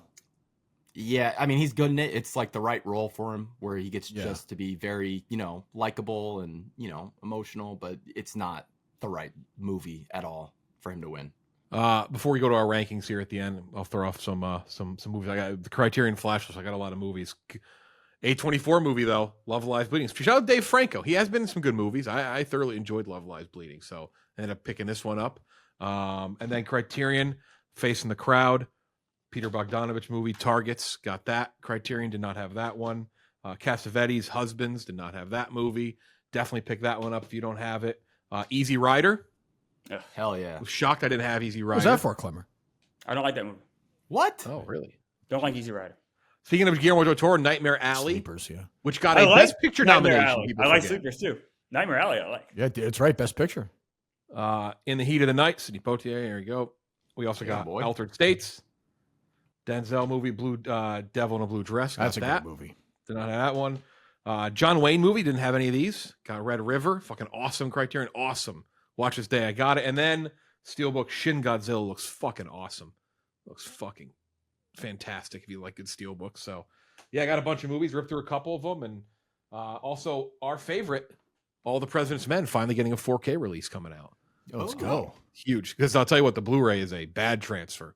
But yeah, 4K, which I think the 4K, I think they showed the reprint in theaters in August. Yes, after right for Redford died, I think. I also hit the Criterion sale. Little Sorcerer, Friedkin. Sorcerer's fucking I haven't seen that yet. Really? Oh, Sorcerer is. You should just, honestly, you should go buy it. Go buy it, Criterion, and then watch from that because it's fucking. You can make a case it's Friedkin's best movie, legitimately. It's unreal. And then I also never watched Cassavetes, but on sale got the box set. The box set's great. The Cassavetes box is fucking awesome. Box set, Shadows, Opening Night, Woman Under the Influence, Faces, and The Killing of a Chinese Bookie. I'm excited. Barry Jenkins has the best Criterion Closet video because he's the only one who had no shame. He took like fucking 90 movies. He's like, he said, he took that box. He's like, yeah, it's a must-have. June Squibb had a great one last week too, by the way. I don't know if you watched that. June Squibb Who did? June Squibb. She did. Yeah, it's a very good one. Well, Tracy Letts had a good one too recently from our House of Dynamite guy, Tracy Letts. He walked in and he said, I have all of these movies. I don't need to pick any up, and I'll suggest which ones that you can have. The king of physical media. Top 10 actors of the 2020s. So who has had the best performances of the 2020s? Klemmer posed an interesting question that I want to throw out there. I know we got very upset about Blue Moon last week, so why don't we establish this early on here? Will you count? So I think this should be predominantly people in terms of movies, but do we factor in if they have like a great TV role as well? Well, here's how. So I pitched it to you last night, Jeff. So I look at it as this for me is like I grew up with stuff like this, kind of like it's almost like an Entertainment Weekly Premiere magazine. We're checking in, like whose career is going the best right now? Who has the best combination of critical, smart movies, mixes in some commercial stuff? But yeah, the reason I brought it is because I think Emma Stone and Jesse Plemons are both candidates. They both had great 2020s so far. To me, the fact that Emma Stone produced, for example, my favorite movie last year, she produced that movie, or that she was on the show with Nathan Fielder. That stuff does matter. I think if it's a tiebreaker situation, for me it does. Like but it does. It doesn't have to. But yeah, I think it could count. So I had to do a wheel because we don't have even picks since we only have 4 of us. I did a randomizer wheel. Klemmer has the 9th pick. I have the 10th pick. But first up, Kirk, you have number 1. Top 10 actors of the 2020s, the first half of the decade so far. Let me go back a little bit. Let me take a minute or two here. Klemmer, if we were doing this a Project Big Screen episode in 1975, who do you think I would pick first? I think you got to pick Pacino. It would either be Jack Nicholson. I'll just give you Nicholson real quick. Okay. You got 5 Easy Pieces, Carnal Knowledge, Drive He Said, Last Detail, Chinatown, Cuckoo's Nest. That's from 70 to 75. That's pretty good. Okay. Pacino has both Godfathers, has Serpico, and Dog Day Afternoon. And that's what we're talking about. Harrison Ford, I'm going to do each one real quick. Harrison Ford with a pick in 85. You have, from 80 to 85, Empire Strikes Back, Raiders, Blade Runner, Jedi, Indiana Jones, Temple of Doom, Witness. I mean, that's insane. Yep. Crazy. Yeah. That might be the one. Tough to beat. Like, look at Leo, right? 2010 to 2015. Shutter Island, okay. Inception, Django, Gatsby, Wall Street, Revenant. I mean, just like... Who's your 95? Tom Hanks? Hanks. It's either Hanks or Hanks. 95 alone with Hanks. And then 2000, 2005 would actually be Cruise probably. It's his last run, culminating in his biggest box office hit of all, War of the Worlds in 2000 before Top Gun Maverick. It's funny. If you do it like 90... It all depends, I guess, obviously when you do it, but like 90, it's clearly Cruise. Cruise for sure, yeah, for sure. Yeah. But you have to mix in both. So I thought about Emma Stone a lot for the first pick. But right now, when you blend commercial hits with interesting projects and directors, I think it has to be Chalamet. I think it's hard to not pick him first right now. Everything, I think he's had 2 years since 2020 where he's had 2 movies nominated for Best Picture. It's happened twice. It happened last year, obviously with Dune 2 and The Complete Unknown. And I think it happened with the Adam McKay movie, got nominated the same year. I think it's Dune. Don't Look Up. The first one. Yep. Yeah, Don't Look Up. And, Marty Supreme's going to be nominated for Best Picture this year. He's going to be nominated again for actor. He mixes in interesting stuff with good filmmakers, takes his career very seriously, but then mixes in like a Wonka, which made $700 million worldwide. everything he does is people love Bones and All. Not my Bones thing. and All as People well. Yeah, love but, Bones and but All. then he'll do a movie like that though, or he'll do a movie like we're going to find out here. I think Marty Supreme's a little bit of a test where it's just him really, and we're going to see if there's an audience that's going to follow him along here. Well, because completely unknown is IP. Will he drag this movie worldwide to like 100 million? I think that's an interesting test. But right now, like he takes his career. He's got a sort of a franchise going on at the same time. You'll see it again next year. Like he kind of has been very smart with his career, kind of following that Leo model. So right now, I'd say this is probably the career you'd envy the most if you're somebody in Hollywood. I would say he'd be my first pick. That'd be my number one. So I think he is by far like the closest thing we have to the throwback movie star, like ascending right now. I don't know if there's anyone close. Like he's got not only the on-screen performance too, but there is an element to the celebrity of it all. Like he's dating a fucking Kardashian. Like he's courtside in the Knicks games. Everyone is like, he's everywhere. In every appearance he has, he only gets bigger, it feels like. But he's like DiCaprio, where he doesn't do the Marvel movies either. I feel like he's very selective what he does, especially the last couple of years. And he's so talented too. So that whole package, I think he's a very, very good choice for number one. I think it's almost clear cut, right? I think you probably can't. I thought about Emma Stone a lot. I know one of you guys will pick her, I'm sure, but she just hasn't been enough these last 5 years. Not really. Yeah, she's never had a Wonka either. No, like Cruella. She's never had like she did a Cruella, didn't have the same. Right. But she hasn't had like a monster hit that she top billed by herself, right? Yeah, correct. Like a monster hit. Correct. Klemmer, you're up second. Who are you picking? So having said all that, I'm taking Emma Stone. Yeah. And I mean, she's such a great actress. Like she's marketable, and sometimes you almost forget because she's so kind of disarming how great of an actress she is. Because she can do comedy, obviously, like Zombieland. She does it very well. But you forget, like, I think sometimes mass audiences might forget how brilliant she truly is as an actor. Because she can do something like La La Land, where she's great performance, won the Oscar for sure. But then something like Poor Things, incredibly different, so much. And then something like this, or Bugonia, where she's incredible. Like, she can do everything. And because she's so disarming, I think she is still pretty marketable. And then, like, Kirk and I were texting today about like a little bit the curse. Like, if you want to include TV a little bit, like the fact that she did that role, I don't say, produced it. Yeah. And also, like, and I think she helped, like, didn't she help, like, write it to some extent too? Like, she had a lot to do with that show, which I think was brilliant. And it shows she's willing to take these really wild, creative choices that, like, an A-list person typically wouldn't do. I'm a huge fan. And she's producing this like a Real Pain. Like, she's a very interesting career. Yeah. Which, by the way, when I saw A Real Pain last year, it was this time, actually, it was the Sunday of the New York City Marathon, and she introed the movie at Lincoln Square, and she had a big fuck-ass wig on because she was shooting Bugonia. This is the most obvious wig of all time. Her production, like, work is, like Kirk said, like an interesting element there where she's taking her movie star status and, like, getting some really cool stuff made. Gooch, you're number 3. Who you picking? See, this is where it drops off, and I think it's really kind of tough to pick. And this might be the safe choice, and he doesn't have the prolific work, but he's got 3 movies, and I like them all. And that's Leo. I mean, Leo still is that guy. Like, he just really is, and I think One Battle After Another really showed it. Like, he has not lost. I mean, I think he's getting better. Like, it's insane. But Don't Look Up, which I like, but I get if you hated it. Like, I think there's a lot of problems with it. He is not the problem with it.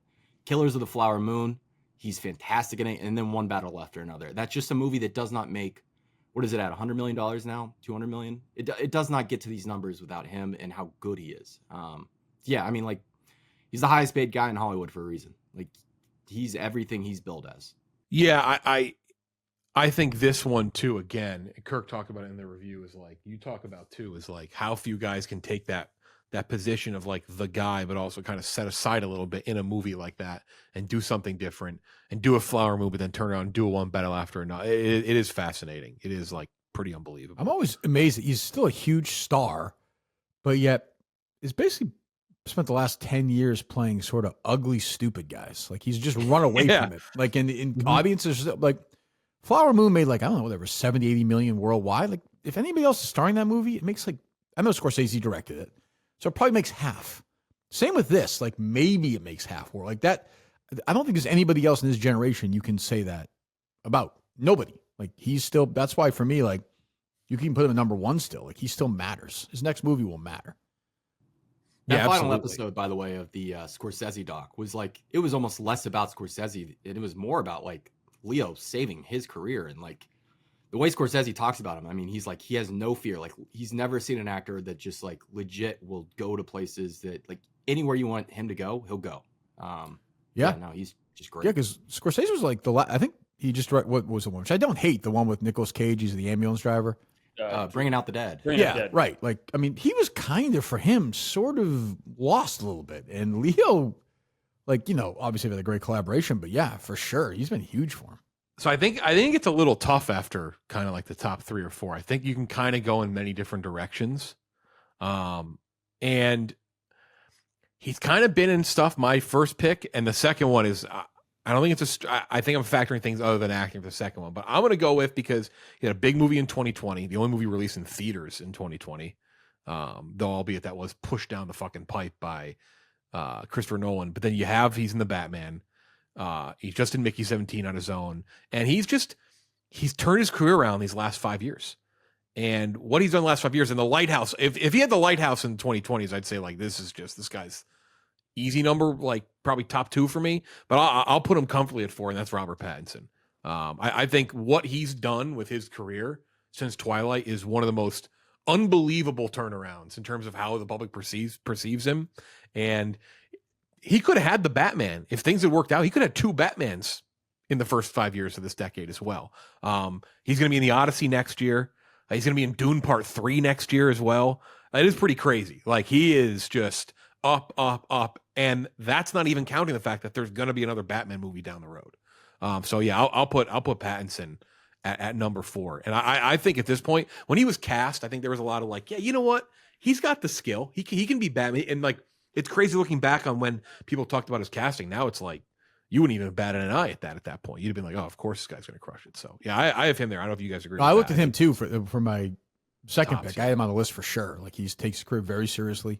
Like works with interesting directors. Like he has got a good playbook going. He's got a nice franchise. Smart, very smart. The next one for me. What was that, Klemmer? I said my only knock on Pattinson there is he just hasn't been in enough big roles this decade so far. But I think you're right, Jeff. Like it's coming, and I love the choices he makes, and I love the actor. I think it's coming. I didn't have him this high on my list just because I don't think he's been in. I said in the 2020s alone, but kind of like look at that, like that vacuum. Well, I always forgive a guy for doing like a Mickey 17. Like that's a good miss. And he was the best part of that movie. Yeah, for by sure. far.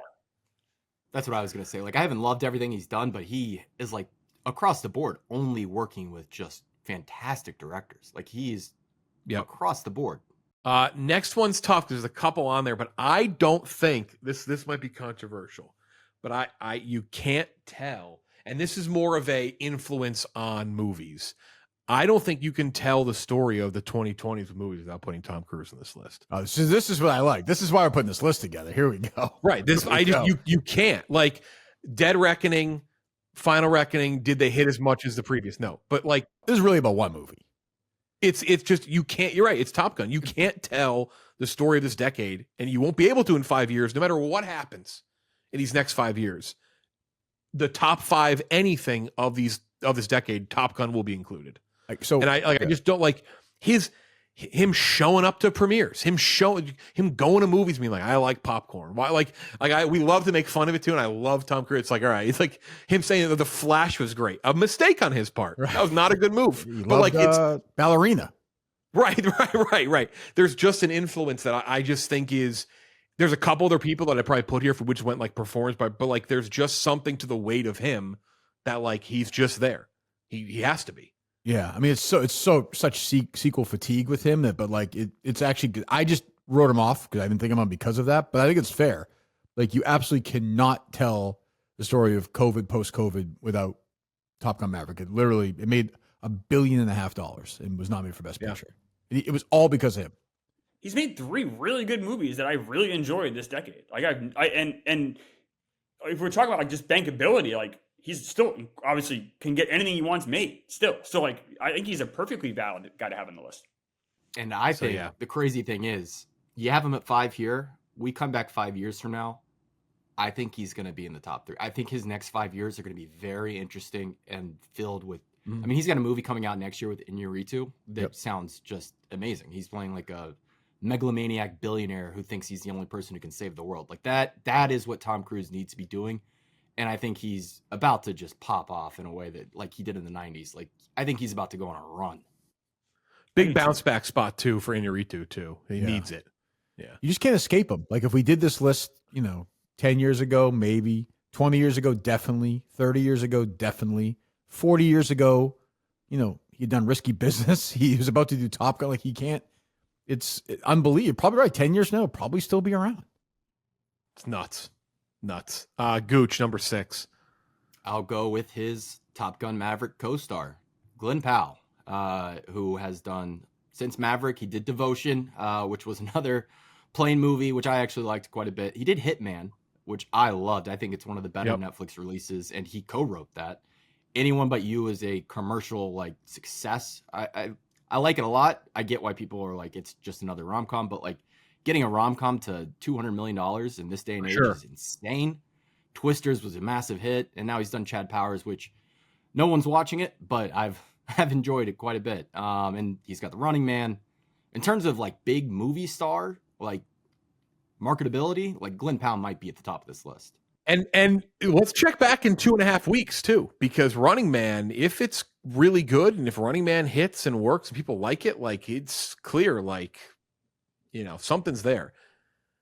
Yeah, he just has a charisma on screen, and then his off-screen presence. I'm really interested by like his relationship with Linklater and how I think he really respects himself as a screenwriter, which is interesting for a guy who looks like him and is like the movie star that he is. Yeah.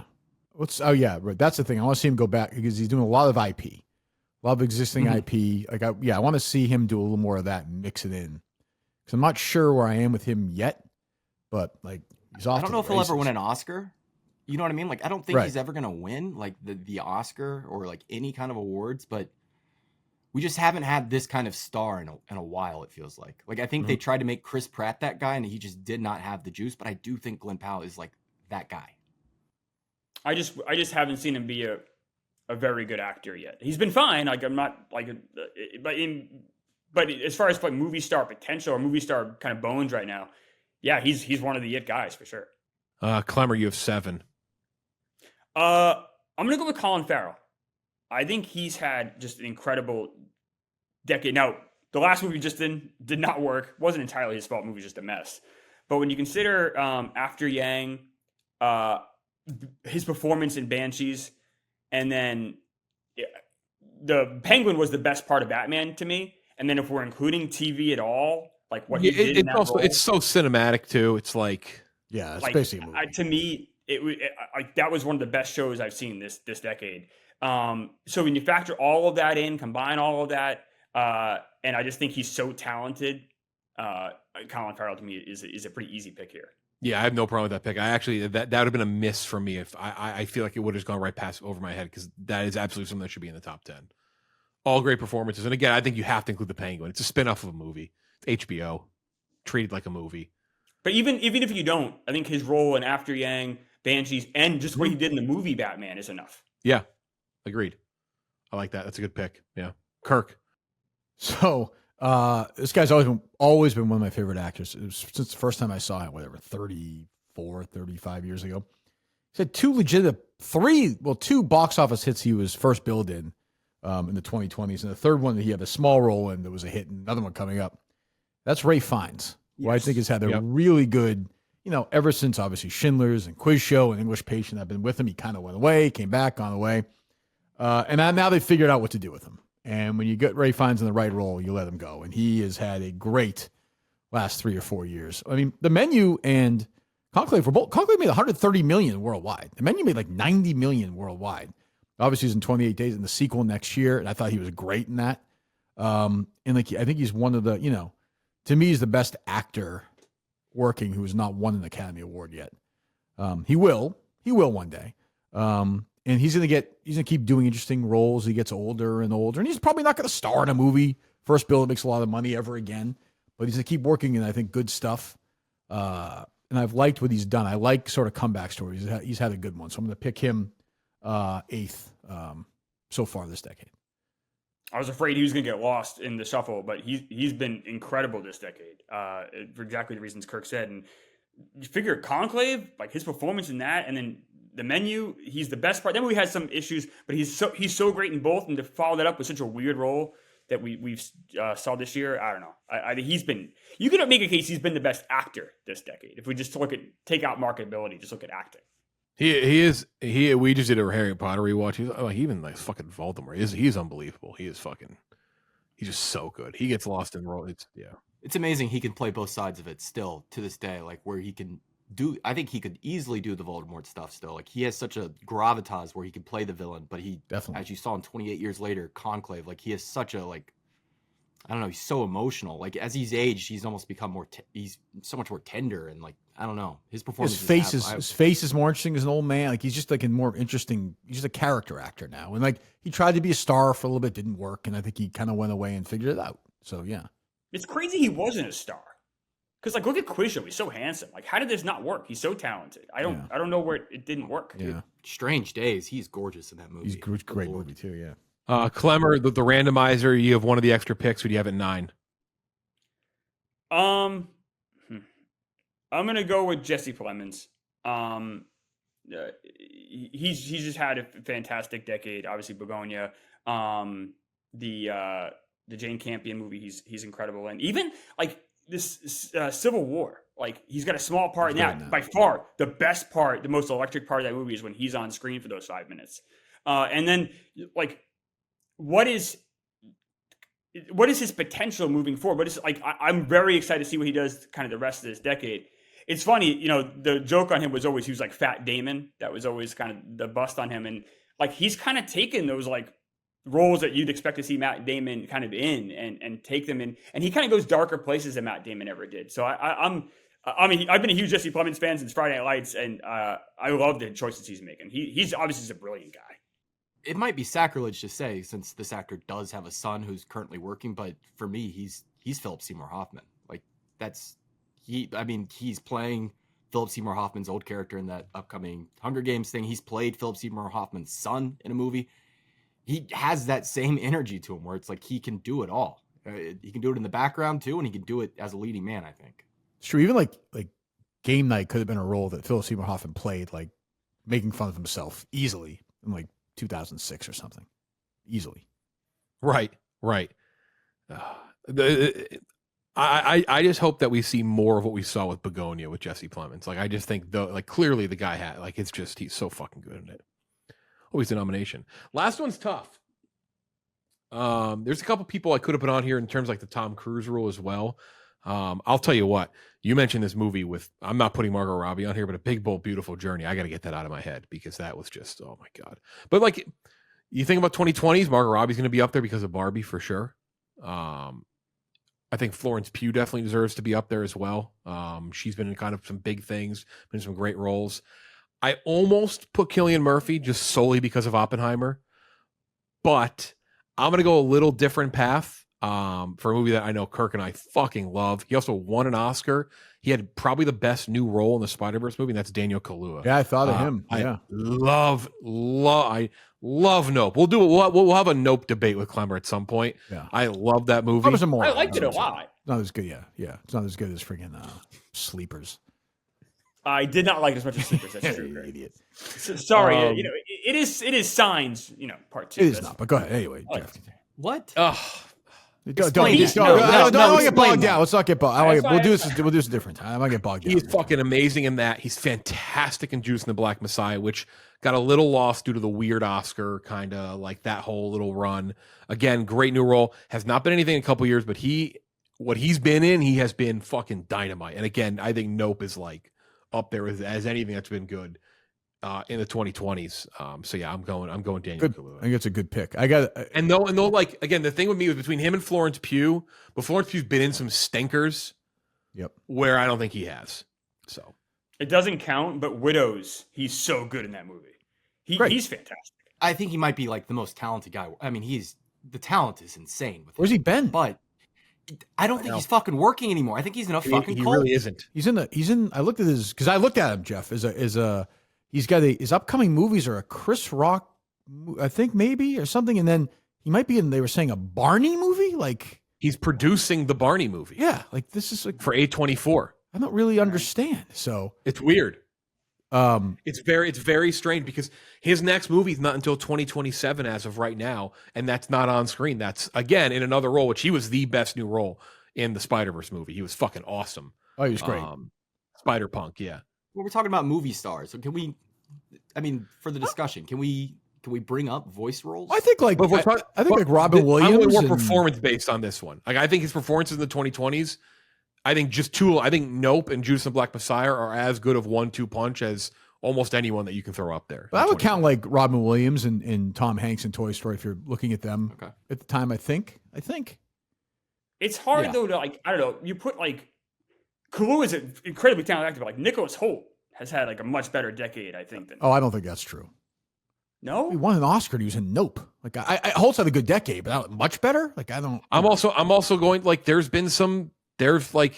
I'm also going to hit someone if there've been some stinkers too. Like that's why like I think Margot Robbie's been a big part of the 2020, but she's been in some bad fucking movies. I'll throw out a name right now. Go, Jeff. Can you give me the 10 names real quick we had? Do you have it or no? So we have Timothée Chalamet, Emma Stone, Leonardo DiCaprio, Robert Pattinson, Tom Cruise, Glenn Powell, Colin Farrell, Ralph Fiennes, Jesse Plemons, Daniel Kaluuya. Okay, so when I looked at the top 10 list originally, I had 4 or 5 names at number 1. One of the names I looked at number 1 wasn't even picked. It's like Deion Sanders' kid. He just slipped completely out of the draft. Is her co-star in Barbie. Gosling? Yeah. Ryan Gosling, just gone. Like, post Barbie, if we did this after Barbie, it is crazy. He might have been number 1. I think for 2010s, I think he's the clear-cut choice. Yeah. Like, but I mean, even like his 2010s was true, but you're kind of like, okay, like this is a guy, but you know, like if whatchamacallit, the Fall Guy makes $400 million, he's probably like the first or second pick, but that's just the way it goes. Same with Emily Blunt. I actually would have been fine with Holt on the list, but again, for me, it's like I was looking at like volume. He's had some good volume, but again, Margot Robbie, same thing. Florence Pugh, same thing a little bit there too. But that's not a bad one off the list. For me, the best performance of anybody, male or female, this decade is Tar. Would you have considered Cate Blanchett at all? I did. I did until I remember that she was in Borderlands. She was. She was in the Borderlands. See, that's a knock. I love the Soderbergh movie this year. And she was in Nightmare Alley. And she was in No Looking. Like she's had in Tar, she's fucking unbelievable. So the worst part of Nightmare Alley. But she was, but she was in it. She did it. Like, I was at Bradley Cooper. No. I'm saying, did you guys think about Bradley Cooper at all or no? He hasn't been enough stuff. I looked at Cooper, but then kind of ruled Cooper out with something. And I guess it depends where you stand on Maestro. Yeah, I hate it. So, but but maybe this one's going to be. I haven't. Gooch, have you seen the one this year or no? Is this thing on? Yeah. No, I have not seen that. So I don't know. Maybe that's gonna change. But even like 2 or 3 years ago, he's probably higher up. So this is what I mean. It kind of fluctuates all the time. Or maybe we'll look back at it 5 years from now and think, Jesus Christ, we had this guy 7 on the list or something. So, did you guys consider Olivia Colman at all? I had her pretty high on my list. That's it's a tough one. It's tough for Olivia Colman with me. It's that movie she's made. Fucking that Marvel show. Oh, to me it was Secret the Roses. Wars. I didn't even see it. Oh, the Roses. Yep. I didn't hate the third act of the Roses. Yeah. And it certainly wasn't her fault. It didn't work in the first 2 acts. But it's crazy. Post Barbie, neither one of those two make the list, which is, it's tough. She did take a break too. Having a kid. I think that's true. 2 that's years fair. off. That's fair. I'll throw out this filmography. You'll tell me can you guys tell me if it belongs on this list? So we have Poor Things, Nosferatu, The Northman, Asteroid City, Spider-Man No Way Home, Nightmare Alley, The Card Counter, The Phoenician Scheme, and Kinds of Kindness. That is Willem Dafoe's 2020, 2025. Wow. Yeah, that might be that. Good run. Well, I can see Dafoe being a miss on that. Yep. But it's a good run. Obviously all supporting. Like it's almost exclusively supporting. But he is a guy where growing up, he was in just a lot of really bad movies. Like he would just show up all the time. And now it feels like he's found his footing and is almost exclusively doing really cool stuff. Yeah. I rewatched Born on the 4th of July a couple weeks ago, and he pops up in it. And I forgot he was in it. I was like, oh shit, Willem Dafoe's in this. I forgot about that. Next year is a big year in terms of how we shape the rest of the decade, just in terms of the size of movies coming out next year. Gosling back in a fucking Star Wars movie. No, that's in a couple years. But you have like, we don't put them on there, but like you have other big franchises coming out next year, like the Pascals of the world with Star Wars. You have Avengers, you have Marvel, but then you have the Odyssey. A big Damon. It's a big Damon. Another movie, big Chalamet. I mean, if Chalamet wins for Marty Supreme and then Dune ends up being huge, I mean, it's Chalamet's decade for sure. Yeah. But you do have some big name, big swings next year that you maybe didn't have as much of this year. So we'll see. Oh, did Powell in 2 weeks is a big one for him with Running Man. Yeah. What's that? If that flops, it could be. Yeah. I was gonna say, did you guys consider Zoe Saldana at all? I mean, I just think it's so. That movie, that's such a stain last year for me, and it's not her fault. She was fine in the movie. Well, she's also just in big. I need people to do things on their own. I just feel like she's always along for the ride. Somebody's been in some big stuff too, and some roles. Michelle Yeoh as well. Another one's been in some big movies, winners. A Star Trek movie. Big. Horrible Star Trek. Section 30. An unbelievable movie if you've not seen. Worst movies I've ever seen. On Paramount Plus. If anybody picked Jamie Lee Curtis, by the way, I was going to quit the podcast. So I almost brought her up, just to be clear. But we moved on from your first pick too fast. I was like, I can't believe you didn't pick Jamie Lee. I considered it. Oh, did Justin see these movies or no? Well, I didn't know. So I didn't know Justin was in today. Justin's I thought here. Justin was out There's today. a chance he might be not here for a birthday party, but he's here. He was going to be at an 8-year-old's birthday party. But he is in. Did he see him? Did you see them, Justin? I did. Oh, he's looking at this piece of paper right now. Oh, okay. All right, quick review of Bugonia then. Bugonia, I gave a 70, and I said Far Cry 5 vibes. Okay. Okay, very niche review. Very niche review of that movie. Okay, and then Regretting You. Regretting You, 25, I fell asleep. Oh, there you go. Yeah, that's fair. You mean the breakneck speed of their lives falling apart and then them come out, like bringing them back together in the first 30 minutes didn't do it for you? Hey, everyone. It's Gooch. Congratulations on making it this far into Project Big Screen Episode 5. I'm going to tell you how to join our fan rankings, which is just a follow from us on Letterboxd. So, in the comments below, whether you're watching on YouTube or listening on Spotify, I want you to comment one actor and one director that you would like to see work together who have never worked together before. So one actor and director who you'd like to see work together who have never worked together before, comment that below with your Letterboxd handle, and I will follow you on there from our account, and then you'll be part of our fan rankings. Thanks so much for listening. Also, make sure, as always, comment below, make sure you're subscribed. All these things help us more than you can imagine. Thanks. Back to the show. That's it, yeah. Fun episode. Again, congrats to Kenjac. Next week, we have 2 movies, Predator Badlands and Frankenstein. All right. So some big swings there. Huge swing for Marvel. Netflix. What is is this their chance at a Best Picture nomination? Will it be Jay Kelly? That's the interesting thing there. And then Predator Badlands. This franchise is kind of on a bit of a run here. Will this be the continuation of that? Because Prey was well liked, very good movie. The animated movie was fucking awesome. Great. Yeah. So how will this one be? I'm excited for it. They say it's like a good buddy movie. Interesting, very interesting. I'm trying not to know too much about it. What's that, Klemmer? I think it's rated PG-13, which surprised me. Oh, you thought it'd be R? Yeah, it's the violence. These types of movies, yeah. And then in the coming weeks, Running Man and Now You Three Me. Which I don't think I think that's coined from our good friends over at the Weekly Planet podcast. Why it's not Now You Three Me is unbelievable. What Now You See Me, Now You Don't is one of the worst fucking titles for a movie I've ever heard. I mean, I don't. You could block me in a room and ask me 1,000 questions. I've seen both. I don't know a fucking thing about the first 2 movies. Look, I'm not making a requirement that you all watch it. I will ask, though, that you all at least read the Wikipedia. I would like us to be well read on this stupid fucking franchise before we review the final movie.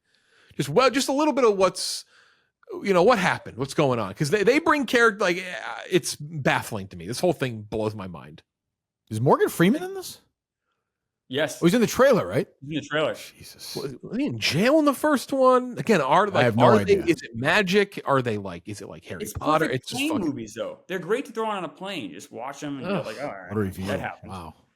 Every time there's that one scene from the second where they're throwing the playing card across the room, Klemmer's like, "Yeah, more." No, I'm not. I'm on a plane. He's banging on his tray. It, the kid next to him's asleep on the plane. Klemmer's all excited. No, I'm not. I'm just sitting there watching. I'm not. They're perfect plane movies. Jesse Eisenberg will do this, but he released. I didn't put it on the news sheet, but he did talk about not doing social. He's like, I grew up and moved on from him. Like, why don't you move on from fucking Now You See Me? The guy loves magic. That's why he loves magic. He's doing magic tricks. He's good at it too, right? Yeah. He's like, he knows how to do it now. Yeah. Yeah. Oh, Christ. That's it. As always, subscribe, like wherever you're watching. For Kirk, Klemmer, Gooch, and myself, Jeff D. Lowe. We will talk to you next time.